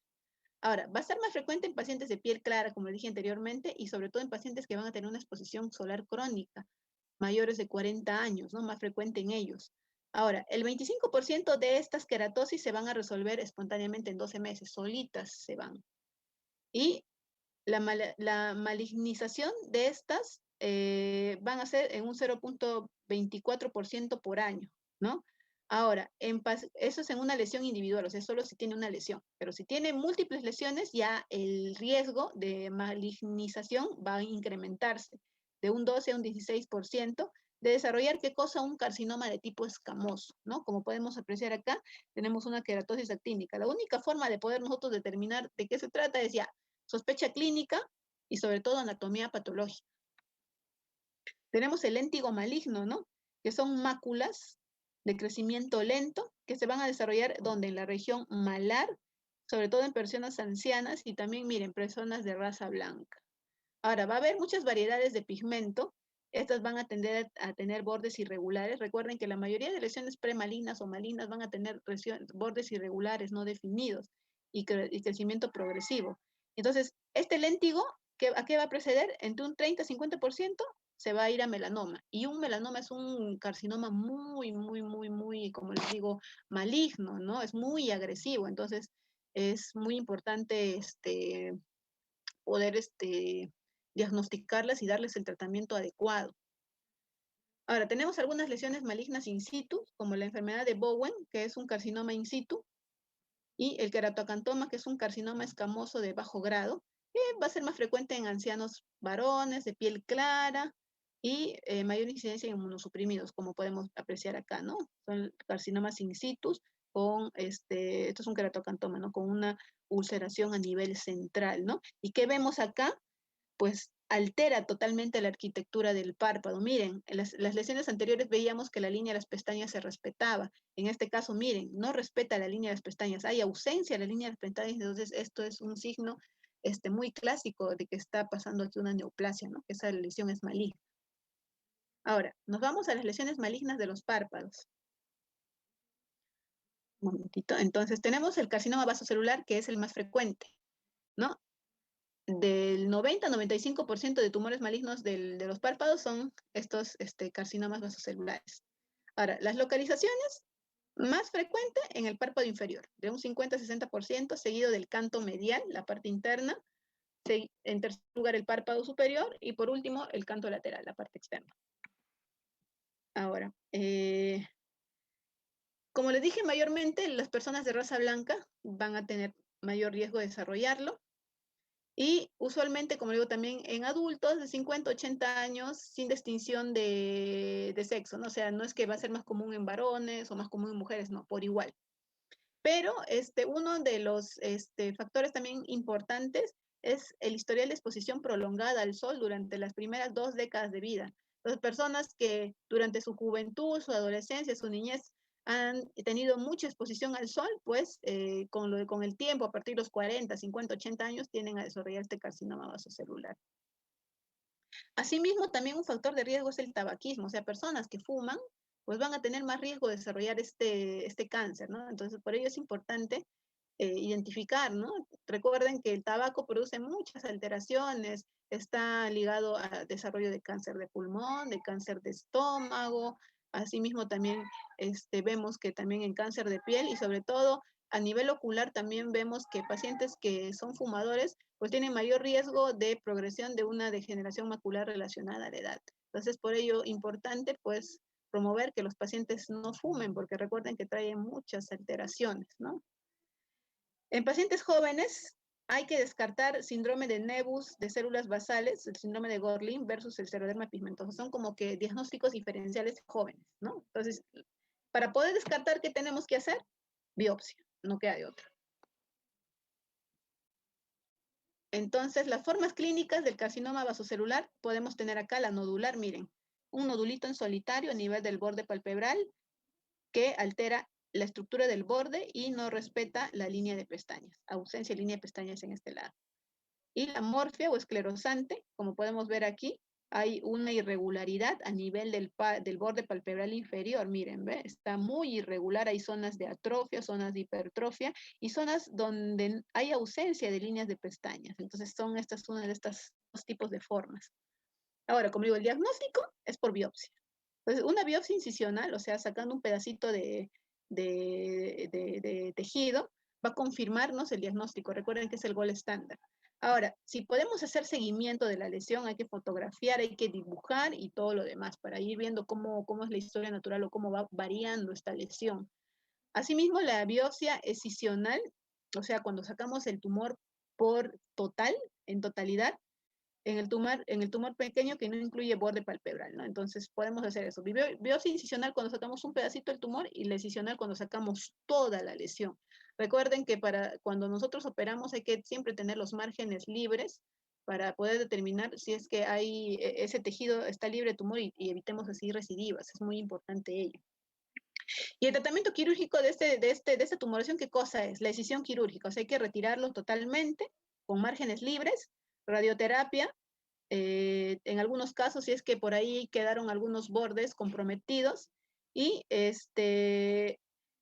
normalmente esta radioterapia se tiene que evitar, pero digamos, lo vamos a tender a dar, sobre todo cuando hay lesiones periorbitales o cuando nosotros vemos que esa lesión ha sido muy grande, ha sido muy extensa y hay mucho riesgo de que haya células que se hayan infiltrado la órbita. Entonces, en esos casos ya no queda de otra que cosa que dar radioterapia. Pero si son lesiones pequeñitas, yo lo retiro con una decisión quirúrgica completa con márgenes libres, pues ya no me tengo que preocupar para dar radioterapia, ¿sí?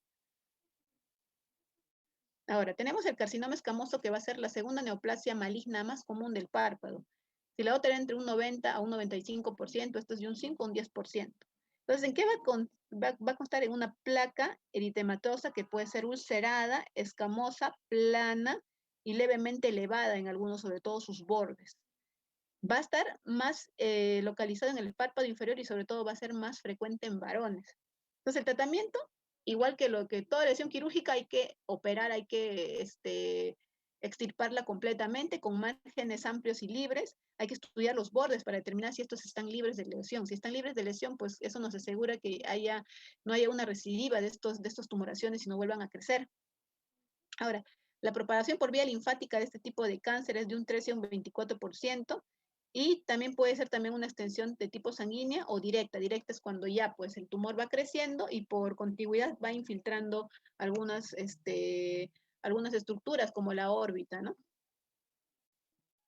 O el globo ocular en algunos casos.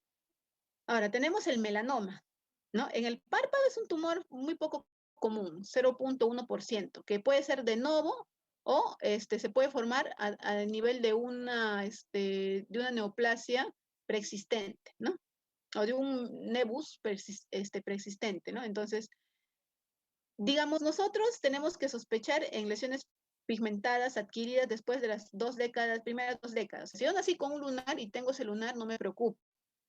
Pero si después de cumplir los 20 años, tengo 30 años y de un momento a otro me aparece un lunar en el párpado, un lunar que nunca tuve, pues ahí ya tengo que ponerme alerta, ¿no? Porque eso no es normal, ¿no? Ahora, puede variar de tonalidad, puede ser negra, puede ser azulada, y los bordes siempre van a ser irregulares, pueden estar acompañados de ulceración y pueden sangrar. Recuerden, los signos de malignidad, bordes irregulares, penetración a planos profundos, úlceras y sobre todo lesiones que pueden sangrar esporádicamente. Acuérdense de eso. No respetan la arquitectura del párpado y miren, no respeta la línea de las pestañas. ¿Ven? No hay pestañas aquí, entonces hay que estar muy atento con ello. Ahora, esto también tiene sus presentaciones clínicas como la nodular, entre el 10 al 20% de los casos, de extensión superficial, que va a ser el más frecuente, el lentiginoso acral, que es raro, del 2 a 8%, que puede aparecer en la palma, en las palmas de las manos, en las plantas de los pies, y este no está asociado a exposición solar. Y puede ser el melanoma léntigo maligno, que es la fase de crecimiento invasivo vertical que ocurre solo en el 10 al 20% de pacientes con léntigo maligno, ¿no? Entonces, este es el que está asociado a quién? Al léntigo maligno, acuérdense, que es una lesión premaligna, recuerden, el léntigo maligno. Ahora, al igual que los otros tipos de neoplasias, si vemos un melanoma hay que extirparlo, hay que hacer una biopsia, ¿no? Hay que mandarlo a estudiar y hay que asegurar la remoción completa del tumor ¿con qué? Con márgenes quirúrgicos extensos libres. Con eso nos aseguramos. En regiones perioculares, los márgenes menores a 1 para preservar tejidos para reconstrucción y protección del ojo. Entonces, es muy importante ello. La reconstrucción del ojo y la preservación de tejidos va a depender del tamaño del tumor. Tumores que puedan abarcar más del 50% de los párpados, hay que hacer una buena reconstrucción. De repente hay que hacer colgajos, hay que hacer injertos y todo lo demás. Entonces es muy importante, ¿sí? Pero siempre hay que llevarnos márgenes libres, mínimo 1 milímetro, para poder garantizar pues que hayamos removido la lesión en su totalidad. Ahora, las lesiones delgadas, menores de 0,75 milímetros, va a haber una sobrevida del 98% a 5 años. O sea, lesiones pequeñas, lesiones delgadas, mayor cantidad de sobrevida. En cambio, lesiones mayores, más grandes, más profundas, ulceradas, pues la tasa de sobrevida va a ser menos del 50%. Es por eso que los melanomas son cánceres que son muy agresivos. Entonces, si nosotros encontramos, estos tienden a hacer metástasis muy rápido. Entonces, por ello es muy importante ubicarlas y sobre todo garantizar que se haya extirpado de forma completa. Entonces, hay que estar atento a ello. Tenemos también lo que es el adenocarcinoma sebáceo, que va a estar ligada aquí a las células sebáceas. Es un tumor maligno de las glándulas sebáceas. También representa un grado bajo, o sea, del 1 al 3% de tumores malignos palpebrales. Está más asociada a mujeres mayores de 50 años. A diferencia del carcinoma vasocelular, este va a ser más frecuente en el párpado superior en un 66% de las lesiones. Y la coloración amarillenta, miren, nosotros podemos apreciar aquí, hacemos una inversión del párpado y vemos, miren, lesiones múltiples de color amarillenta que va a estar por dentro, ¿no? Dependiendo de las glándulas sebáceas. Asimismo, el carcinoma de la célula de Meckel es raro, y mayormente va a presentarse en pacientes de la tercera edad. Es más frecuente en mujeres y la supervivencia a los 5 años es del 38%, o sea, es muy agresivo, ¿no? Como podemos ver aquí, ¿ve? Simula, parecería que fuera una celulitis preseptal, ¿no? Pareciera, pero en este caso es una neoplasia, ¿no? Es una neoplasia rara. Personalmente yo no he visto ese tipo de carcinoma en mi tiempo de oftalmóloga, ¿no? Tenemos los sarcomas de Kaposi, que son lesiones asociadas en pacientes con VIH. Miren, lesiones pigmentadas, sobreelevadas a nivel párpado inferior, superior. Y bueno, es bien amplio hablar de tumores de párpados. Es bien amplio, es un poco tedioso creo que para todos, ¿no? Ver los tipos de tumores, ya sean malignos, benignos y sobre todo ver de qué tipo de tejido dependen, ¿no? Porque de acuerdo al tipo de tejido, pues las presentaciones clínicas van a ser de diferente manera, ¿no? Entonces, por ello es importante conocer los tipos de tejidos que hay a nivel de las capas del párpado para poder entender bastante la formación de estos tumores, ¿no? Entonces, ¿alguna duda, alguna consulta?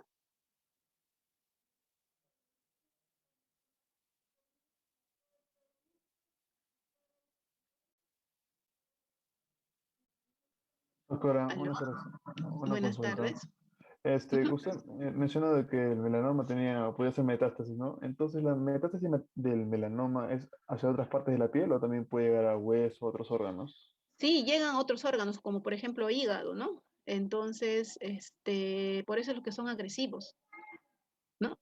En este caso, hígado, pueden hacer metástasis a pulmón, cerebro. Entonces, por ello, cuando nosotros tenemos un melanoma, tenemos que asegurarnos de retirarlo por completo. Hay melanomas también a nivel conjuntival.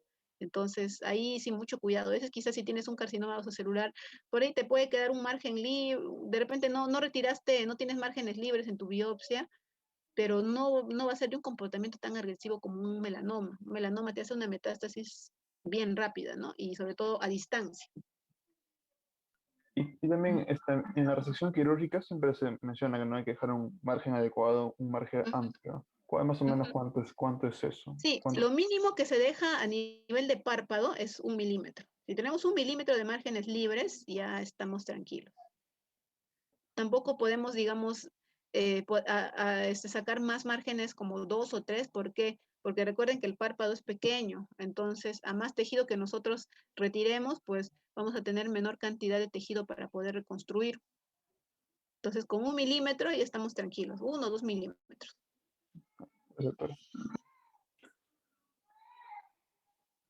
Gracias. ¿Alguna consulta? ¿Alguien más? ¿Alguna duda? Doc, una curiosidad, ¿el manejo de estas lesiones malignas es interdisciplinario? Es decir, ¿lo hace tanto el oftalmólogo como el dermatólogo, o también el oncólogo? ¿Cómo Ya, normalmente digamos, si son lesiones solo ubicadas a nivel del párpado, el oftalmólogo, el oculoplástico o el oncólogo ocular, porque hay una rama también que hay oncología ocular y patología ocular, lo resuelven, ¿no? Extirpamos el tumor, tenemos márgenes libres, observamos al paciente, no hay recidiva, se curó. Pero si, por ejemplo, tenemos un melanoma, encontramos un melanoma, ya de preferencia hay que derivarlo con el oncólogo, ¿no? Que el oncólogo también de paso le haga sus estudios y por ahí, pues, trate de ubicar alguna metástasis a distancia, ¿no? Entonces, en estos casos sí es interdisciplinario. O si, por ejemplo, tenemos un carcinoma de larga data, por ejemplo, ¿no? De larga data, que ya está grande, que ya tiene, como les digo, compromiso orbitario, pues ahí ya hay que de por sí ya, derivarlo con un oncólogo también, ¿no? Porque ya sí o sí que ha hecho una metástasis a nivel cerebral por contigüidad y todo lo demás. A mí me tocó un paciente hace como 3 meses, un paciente de 80 años que había sido visto antes de la pandemia por el servicio de oftalmología de mi hospital y tenía pues un cáncer, ¿no? O sea, una neoplasia de párpado. Se hizo la referencia a un hospital de mayor complejidad, pero vino la pandemia. Y por el tema de la pandemia, recuerden el estado de emergencia, todas las consultas ambulatorias, consultas externas están cerradas. Todo se ha dado prioridad a COVID. Entonces, bueno, el señor ha estado sin atención como 1 año. Y lo vi y al inicio, bueno, la colega anterior lo describía como lesión irregular, extensa a nivel de párpado superior, pero cuando yo lo vi, ya no había párpado, el tumor había comprometido de forma extensa la órbita, el globo ocular, y es muy probable que en ese caso haya comprometido el nervio óptico y por contigüidad ya haya hecho una metástasis cerebral, ¿no? Entonces, en esos casos, ya tenemos que derivarlo al oncólogo, ¿no? El oncólogo ya hará su tamizaje, hará sus estudios de imágenes y podrá detectar si es que la metástasis solo está a nivel cerebral o a nivel de algún otro órgano. Pero de por sí ya ese es un pronóstico muy malo, ¿no? Un pronóstico de vida muy malo. Correcto, doc. Gracias. Normalmente cuando hablamos de párpado, difícilmente nosotros vamos a trabajar con dermatólogos, pues normalmente el oculoplástico maneja bastante lo que es párpado. Entonces, si son lesiones solo circunscritas al párpado, lo maneja el oculoplástico, lo maneja el oftalmólogo. Pero si encontramos nosotros otros tipos de lesiones fuera del párpado, ya hacemos una interconsulta de dermatología, ¿no? Para que dermatología también haga los demás estudios. Pero, por ejemplo, un dermatólogo difícilmente se va a meter a hacer una biopsia a nivel de párpado. Ellos no tocan los párpados, directamente ya lo mandan con el oftalmólogo. Oh, interesante, doc. Sí, Gracias por o el por dato. ejemplo, sí, y por ejemplo también cuando tienen, por ejemplo, lesiones por herida, punzocortante a nivel del párpado y hay lesiones a nivel del borde, o sea, muchos cirujanos tampoco se meten o entran a reconstruir el párpado, porque es muy difícil reconstruir el párpado. Si uno no conoce la anatomía, no lo va a poder hacer. Y me ha llegado casos también a nivel de los cuales llegan pues pacientes que han sido asaltados con pico de botella, con cuchillo, y ya tienen lesiones a nivel del párpado. Recuerden que el párpado, el borde del párpado, ahí está el tarso. El borde del párpado tiene muchas partes, recuerden la lamela anterior y la lamela posterior. Entonces, todo eso nos sirve como reparos anatómicos para reconstrucción. Y si yo no conozco esa lamela anterior, esa lamela posterior, y no reconstruyo el borde del párpado en una lesión por planos, pues, ¿qué va a pasar? Los pacientes van a estar con los párpados asimétricos, un borde para arriba y un borde para abajo, así, con el párpado todo deformado, con un ectropion secundario un ectropion cicatricial, porque no ha sido reconstruido el párpado de forma adecuada. Entonces, si por ahí a ustedes les llega un paciente con alguna herida palpebral que compró, si es piel, no hay problema, ustedes reconstruyen. Pero si ustedes ven que es una lesión muy profunda a nivel del párpado superior o lesiones que abarcan, por ejemplo, el borde del párpado y ustedes, digamos, no lo pueden manejar, mándenlo con un oftalmólogo y no se metan a suturar esa herida de por sí, porque en vez de ayudar al paciente le van a hacer daño. Y reconstruir un párpado que ya está cicatrizado es diferente. Para nosotros es más fácil entrar y así en fresco, el párpado abierto lo reconstruimos y le damos la arquitectura normal. Obviamente siempre le va a quedar una cicatriz, pero al menos tratar de que la parte funcional y estética del ojo quede bien, sobre todo la parte funcional, porque no me va a servir de nada un párpado que esté con estropio, de que esté así. El paciente con el tiempo va a desarrollar queratitis, va a desarrollar conjuntivitis, lagoftalmos, y estéticamente también se ve mal. Entonces, derivar al especialista, ¿sí? Muy importante. No se metan a hacer cosas que son muy difíciles muchas veces. Entonces, todo lo que tenga que ver con ojos, con párpados, de preferencia derívenlo con el oftalmólogo. El oftalmólogo ya se encargará de resolverlo. Pero si son lesiones a nivel de piel, superficiales, pues ustedes lo pueden sin ningún problema resolver, ¿no? Igualito, si por ejemplo ven lesiones pequeñitas, lo pueden retirar, pero siempre, como les digo, si tienen lesiones tumorales de cualquier tipo, a nivel de cualquier zona del cuerpo, lo ideal es siempre mandar a estudiar. Aunque uno puede decir, no, pero tiene pinta de ser benigno, pero igual, siempre la anatomía patológica es mandatorio y es, como les digo siempre, es quien nos va a dar los datos exactos del tipo de lesión que está ahí, con nombres y apellidos exactos y ubicación, todo. Entonces, todo ello determina el tratamiento que se va a indicar y sobre todo, si en caso ser alguna lesión maligna, el pronóstico, ¿no? De acuerdo a la extensión y todo lo demás. Entonces, es muy importante.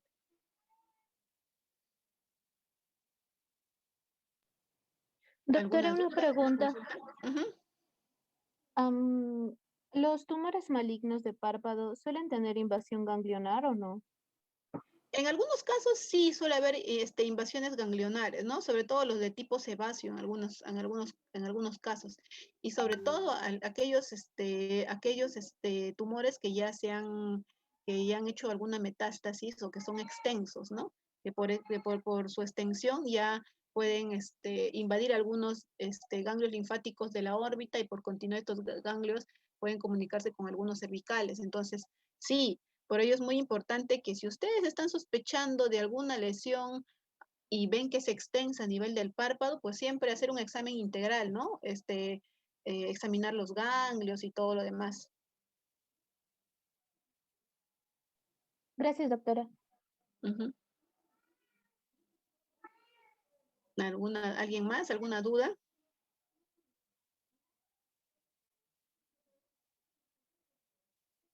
¿Alguna duda? ¿Alguna consulta? A ver, creo que acá tengo algunas imágenes para mostrarles.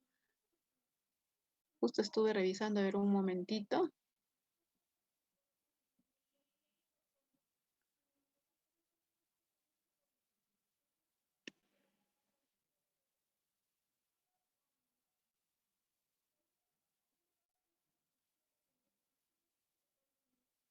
Un momentito.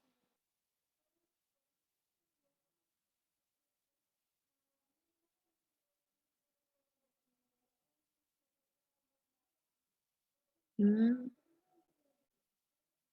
momentito. Ya. Acá tengo una imagen, por ejemplo, que más o menos va quizás un poco, que abra un poco que abra la imagen, está un poco un poco lentito. Un momentito.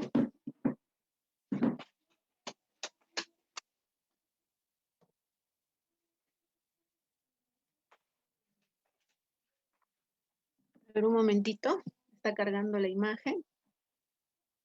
Y acá también tengo una del paciente que les comenté que encontré un carcinoma así súper avanzado ya.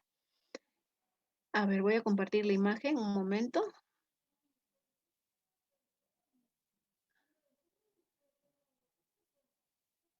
¿Logran apreciar la imagen? Sí, doctora. Sí, Ya. doctora. Ya, por ejemplo, esto no es un cáncer, pero es un caso muy peculiar. Es un paciente que llegó al Lino hace como 2 años, 3 años ya, 3 años. ¿Qué pasó? Es un paciente alcohólico en estado de abandono que vivía en Ancash, en una chacra, ¿no? ¿Qué pasó?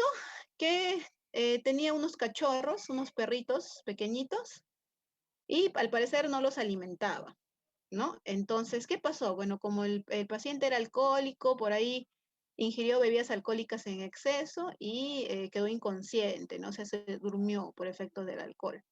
Entonces se quedó dormido y bueno, al tener los cachorros que no estaban alimentados, los cachorros han devorado esta parte de los párpados. ¿Pueden apreciar? Pero los cachorritos, ahí habrán sido unos 4 o 5 cachorritos por el hambre, han devorado y han, miren, en este caso pueden apreciar, ¿no? La órbita, mira, ¿ves? Todo esto es la órbita, el borde de la órbita. ¿Y qué pueden apreciar? Que hay ausencia de párpado superior e inferior, miren, ¿ve? Prácticamente los cachorros se han devorado el párpado superior e inferior, ¿no?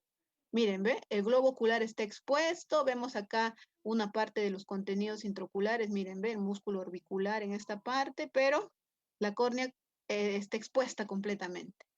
En este lado igual, pero en menor severidad, ¿no? Al menos acá sí el ojo al menos se puede cerrar, pero acá prácticamente no hay párpados, se comieron todo el párpado los cachorritos, ¿no? Entonces, imagínense tener que reconstruir este párpado, un reto, ¿no?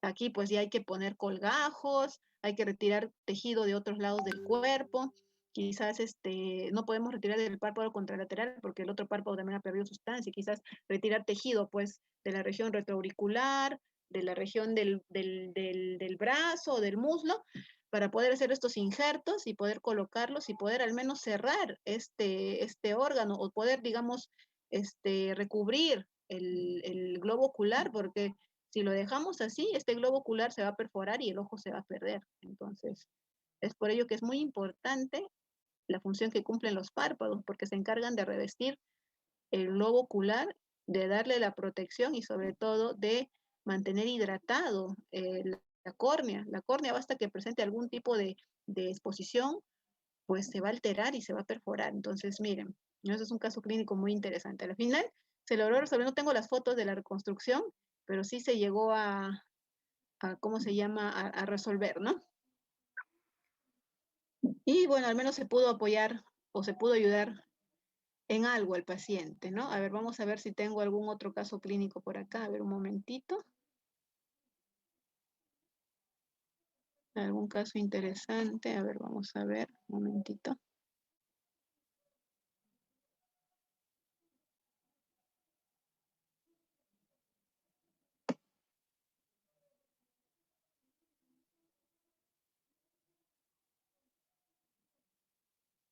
A ver.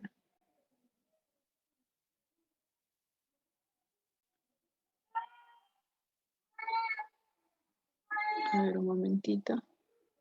Ya, aquí, por ejemplo, tengo un caso interesante para enseñarles. A ver. Un momentito que cargue. Ya.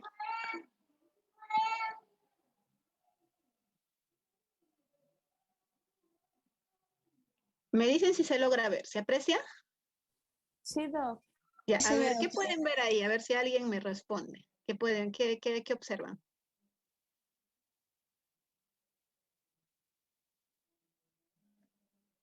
¿Aló? ¿Alguien me puede decir qué observan aquí? En esta pacientita. Miren, ¿Qué vemos? Como le dije anteriormente, el tarso, el párpado, los párpados van a recubrir la superficie anterior del ojo, el globo ocular. Entonces el párpado, el tarso, tiene que estar separado de la conjuntiva vulvar, que es la que está recubriendo el ojo, y de la córnea, ¿no? Para poder tener una libertad en los movimientos oculares. En cambio, en esta señora, en esta paciente, miren lo que pasa. El párpado inferior, el tarso, la conjuntiva tarsal, está pegada, está unida a la córnea en ambos lados, pero más severo en el ojo derecho. Esto es un simbléfaro, se llama. Un simbléfaro es cuando hay unión de la conjuntiva tarsal con la vulvar o de la conjuntiva tarsal con la córnea. Esto es un simbléfaro.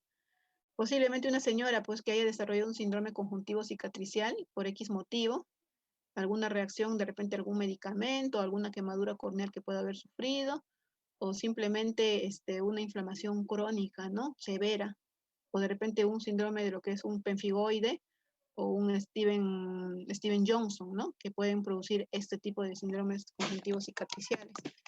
Entonces, miren, ¿ven? En este caso la señora se le operó y lo que se hizo es liberar el simbléfaro, o sea, separar esta conjuntiva tarsal de la córnea de ambos lados y formar los fondos de saco, poner algunos conformadores que son dispositivos para darle forma al párpado, ¿no? Y en este caso, lo que se hace para evitar que haya proliferación o nuevamente se vuelva a unir esta conjuntiva tarsal con la córnea es poner membrana amniótica, ¿no? La membrana amniótica, en estos casos hay algunas que son congeladas o las criopreservadas, que se colocan junto con el conformador para dar espacio al ojo, se formen los fondos de saco que anteriormente hablamos y evitar que nuevamente se vuelva a unir. Entonces, esa es una de las patologías de superficie palpebral y de párpado que podemos apreciar, ¿no? Para poder complementar la clase. Ahora, tengo acá la foto, bueno, no lo tengo en la computadora, pero vamos a ver si es que se logra apreciar por el celular, del paciente que les comenté, con un tumor palpebral con extensión orbitaria, ¿no? Vamos a ver un momentito, por favor. Un momentito.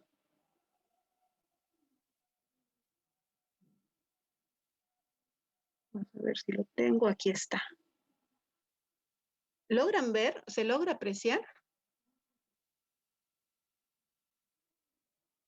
¿Logran apreciar la imagen? Sí se ve, doctora. Sí, doctor. Logran ver, ¿no? Miren. Esto al parecer era un carcinoma, no puedo especificar si realmente era un carcinoma vasocelular porque no tiene una biopsia el paciente, pero era al inicio, según la descripción de mi colega, era solo un tumor a nivel de párpado superior, pero por los temas de pandemia este paciente no recibió atención porque todo se cerró. Y miren, ya no hay párpado, al igual que el paciente anterior de los perritos, no tenía párpado superior ni inferior, pero este señor no tiene por el tema del tumor. Y miren, se afectó el globo ocular, prácticamente tampoco se ve el globo ocular, toda la grasa intraorbitaria está afectada, miren, ¿ve? Es prácticamente como si la órbita, la parte anterior de la órbita estuviera sola, ¿no? Entonces, esto es un tumor palpebral severo con compromiso orbitario y posiblemente ya haya hecho una metástasis a nivel del cerebro, ¿no? Entonces, a este paciente ya lo hemos tenido que llevar a un hospital grande para un tratamiento oportuno, ¿no? Y como digo, el pronóstico de vida en este paciente va a ser bajo, ¿no? Porque con ese tumor tan grande que tiene, es obviamente que hay afectación de las partes del cerebro extensas, ¿no? Entonces, el pronóstico de vida es reservado. Posiblemente no haya una buena sobrevida en este señor, ¿no? En este paciente. Entonces, es por ello, ¿no? Es importante detectar las lesiones a tiempo, ¿no? A tiempo, cuando recién se están iniciando y cuando nosotros podamos dar algún tipo de tratamiento, ¿no? Ahí nosotros damos el tratamiento y bueno, podemos ofrecerle mejor calidad de vida y sobre todo evitar complicaciones en los pacientes, ¿no? Más adelante y evitar que lleguen a eso, ¿no? Evitar que lleguen a estadios, ¿cómo se llama? Severos, ¿no? Severos. Entonces, es muy importante. Y ahora acá también tengo otra foto.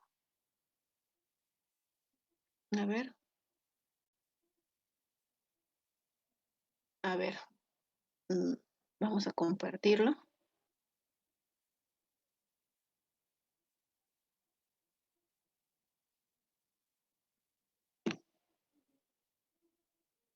Ya, se logra ver, ¿no? Miren, es un paciente con un antecedente de mordedura por un perro pitbull. O sea, al parecer una persona lo atacó con un perro, mandó al perro que lo muerda y el perro obviamente se le fue directo al rostro, ¿no? Pues, ¿qué pueden apreciar acá? Miren, ¿ve? Hay una caída del párpado superior. Miren, a nivel del párpado inferior hay ausencia total de línea de pestañas. El perro se ha llevado toda la línea de las pestañas del párpado inferior, casi no hay ni tarso y por lo tanto, ¿qué va a haber? Exposición del globo ocular, ¿no? Miren, por esa exposición ya se forman ya secreciones serosas en este caso. En este caso no son infecciosas, sino son serosas por el exceso de mucus que se produce para tratar de lubricar ese ojo, de protegerlo. Esto es una parte del enfoque. Acá tengo otra foto. A ver, un momento. Esto es de un lado, a ver.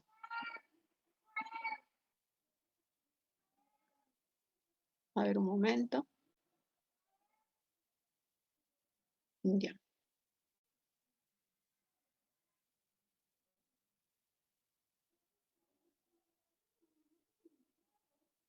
Ya, ahora miren esta imagen, ¿ve? Se ve con mayor claridad. Tratamos de subir el párpado superior y vemos que acá se ha formado como un cimbléfaro, obviamente por el proceso cicatricial, ¿no? Que ha podido tener el paciente por esa mordedura, quizás también haya comprometido conjuntiva, pero miren, ¿ve?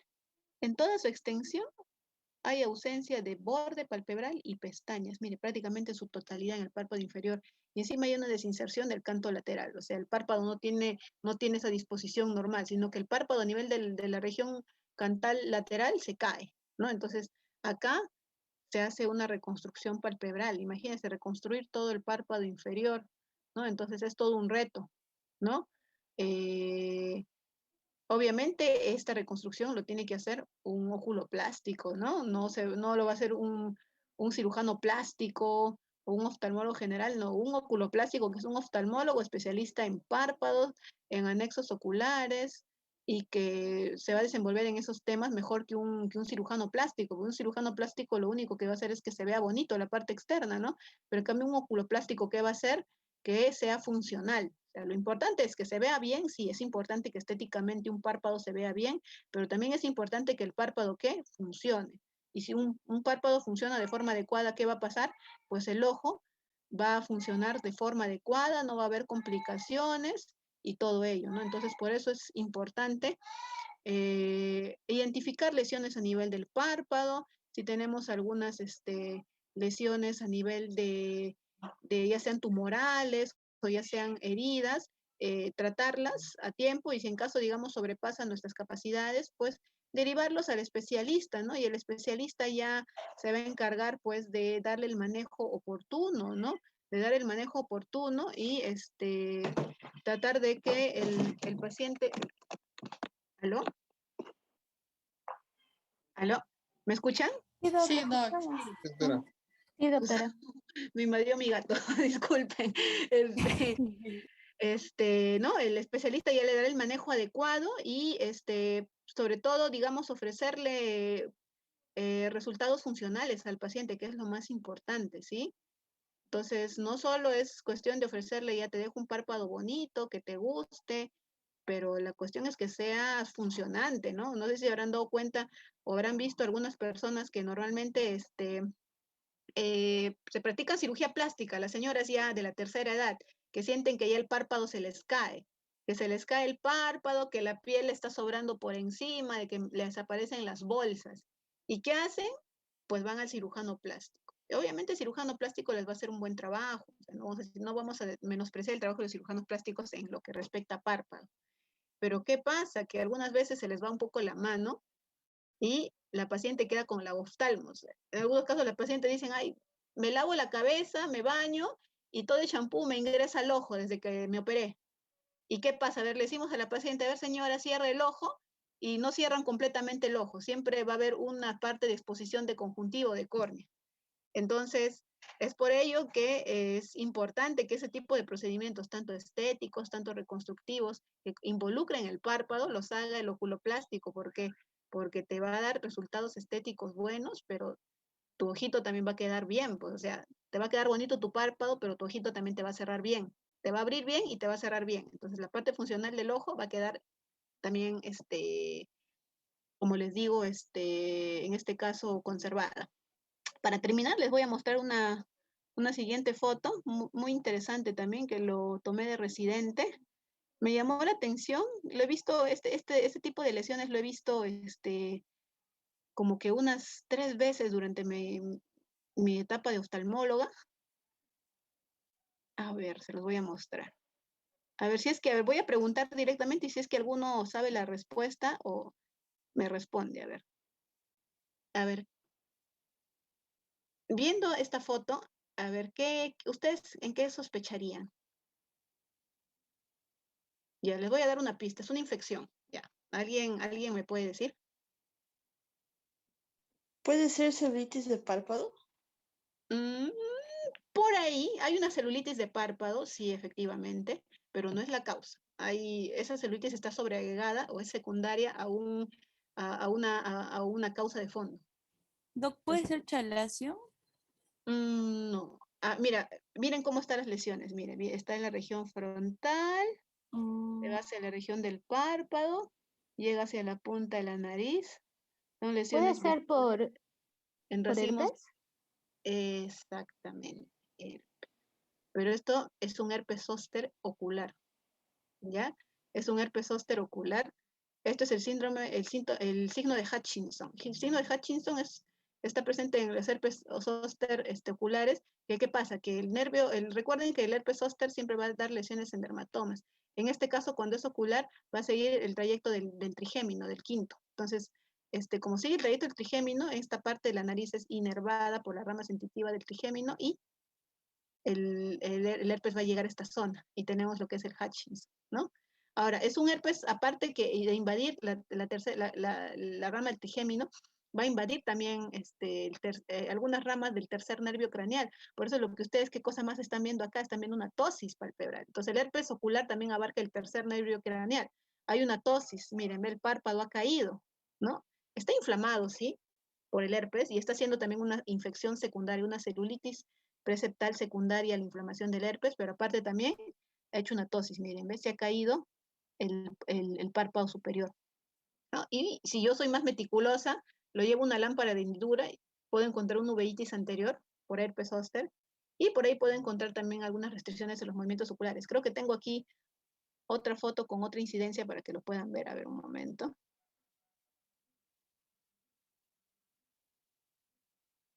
A ver, acá. Un momentito.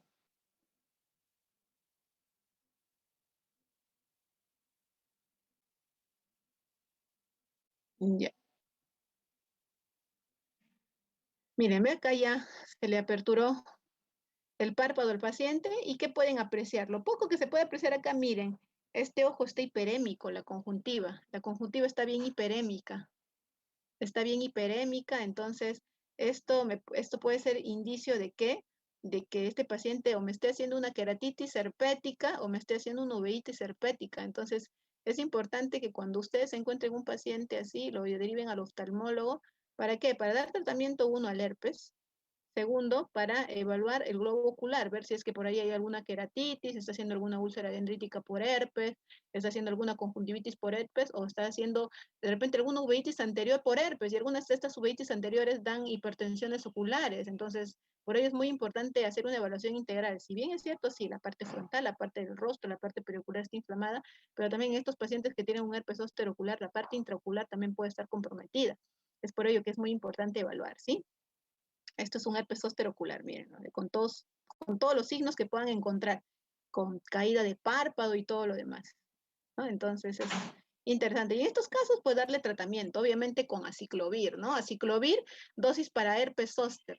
La dosis de aciclovir para herpes zóster es diferente que la dosis para herpes simple.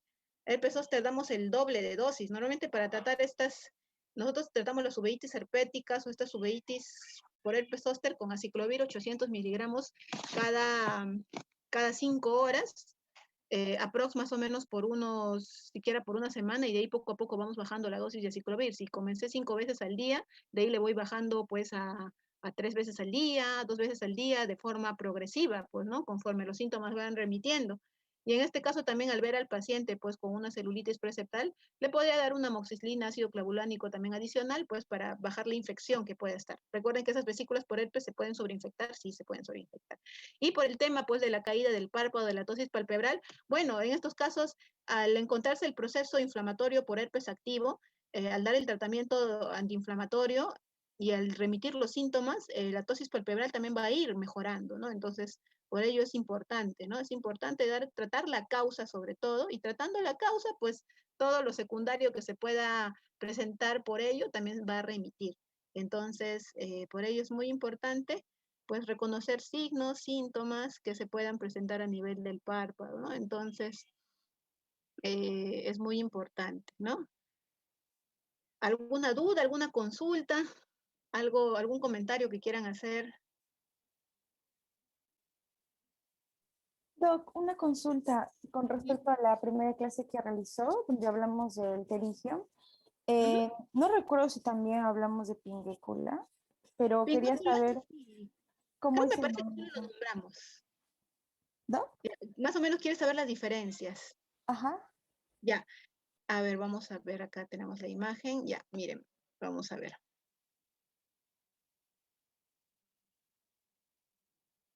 Ya, ay, disculpen, voy a compartir la pantalla, a ver un momentito. Ya, un terigio, como le dije, va a tener una disposición alada y va a sobrepasar la córnea, es lo patognomónico, sobrepasa limbo y córnea, ¿no? Si es grado 1 va a sobrepasar el limbo, si es grado 2 va a pasar ya a la córnea, ¿no? Obviamente grado 3, grado 4 ya llega hacia el borde de pupila y pasa la pupila por completo si es grado 4. Entonces, miren, podemos ver acá la disposición de forma alar, ¿no? Alar e invade la córnea, ¿no? Ahora, como acá también vemos en forma alar, pero una pingüécula es diferente, ¿sí?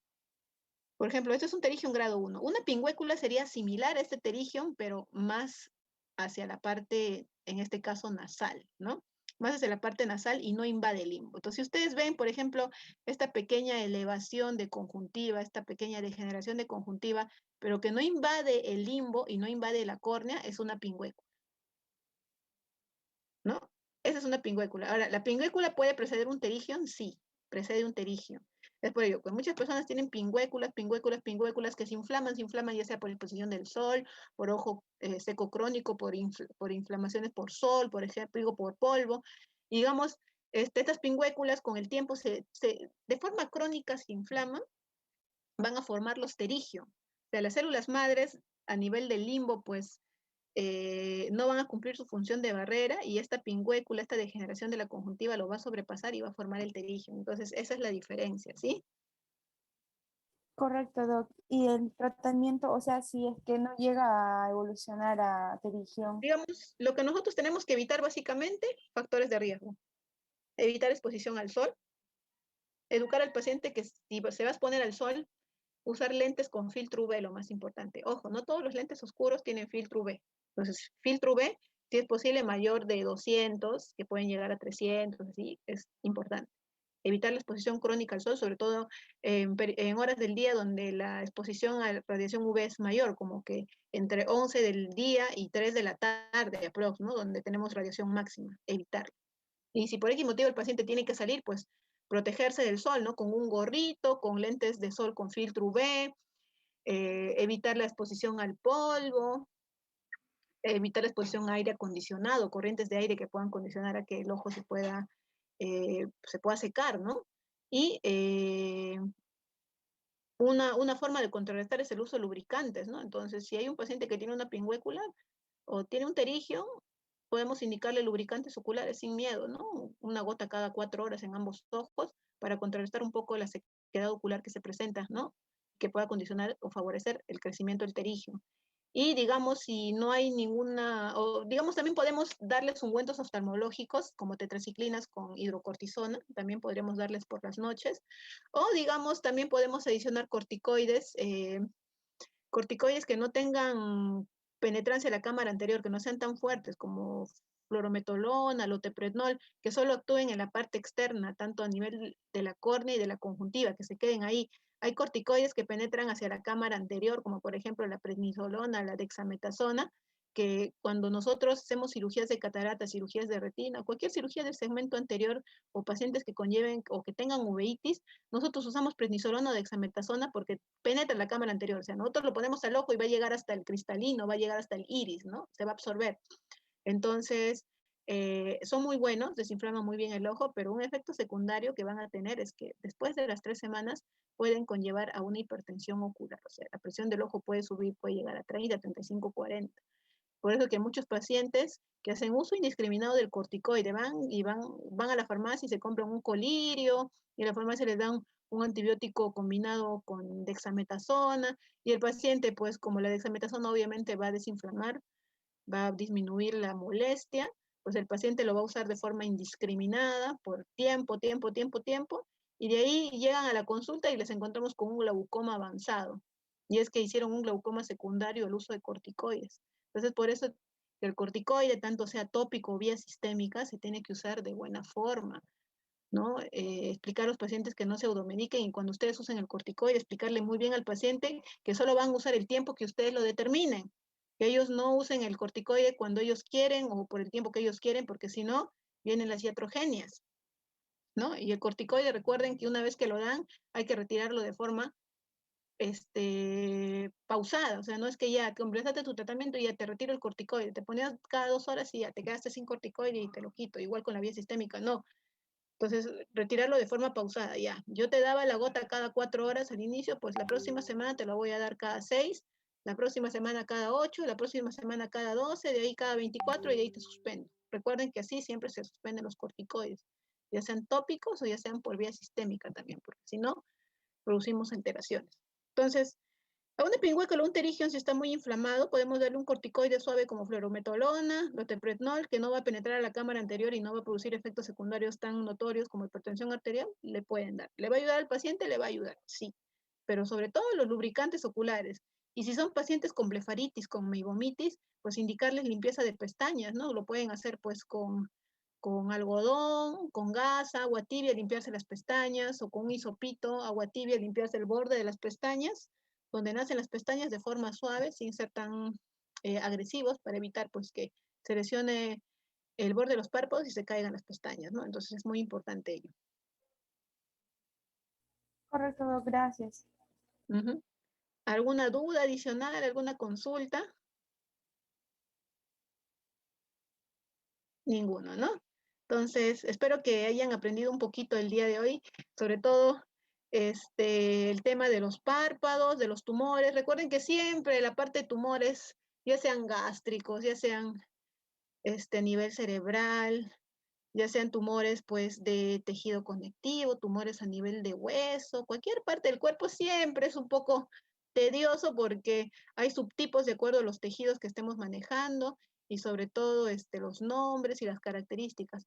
Pero sobre todo, quédense con la idea de que cualquier tumoración que deforme la arquitectura del párpado, no respete la línea de las pestañas, tengan ulceración, sangrados, y sean de crecimiento insidioso, progresivo, lento, y sean indoloros, pétreos, adheridos a planos profundos, bordes irregulares, siempre van a ser signos de malignidad. Entonces, en cualquier tipo de lesión, puede ser lesión en piel, pueden ser lesiones malignas a nivel de ganglios, entonces hay que tener en cuenta eso, ¿no? Recuerden que la parte clínica ayuda bastante, ¿no?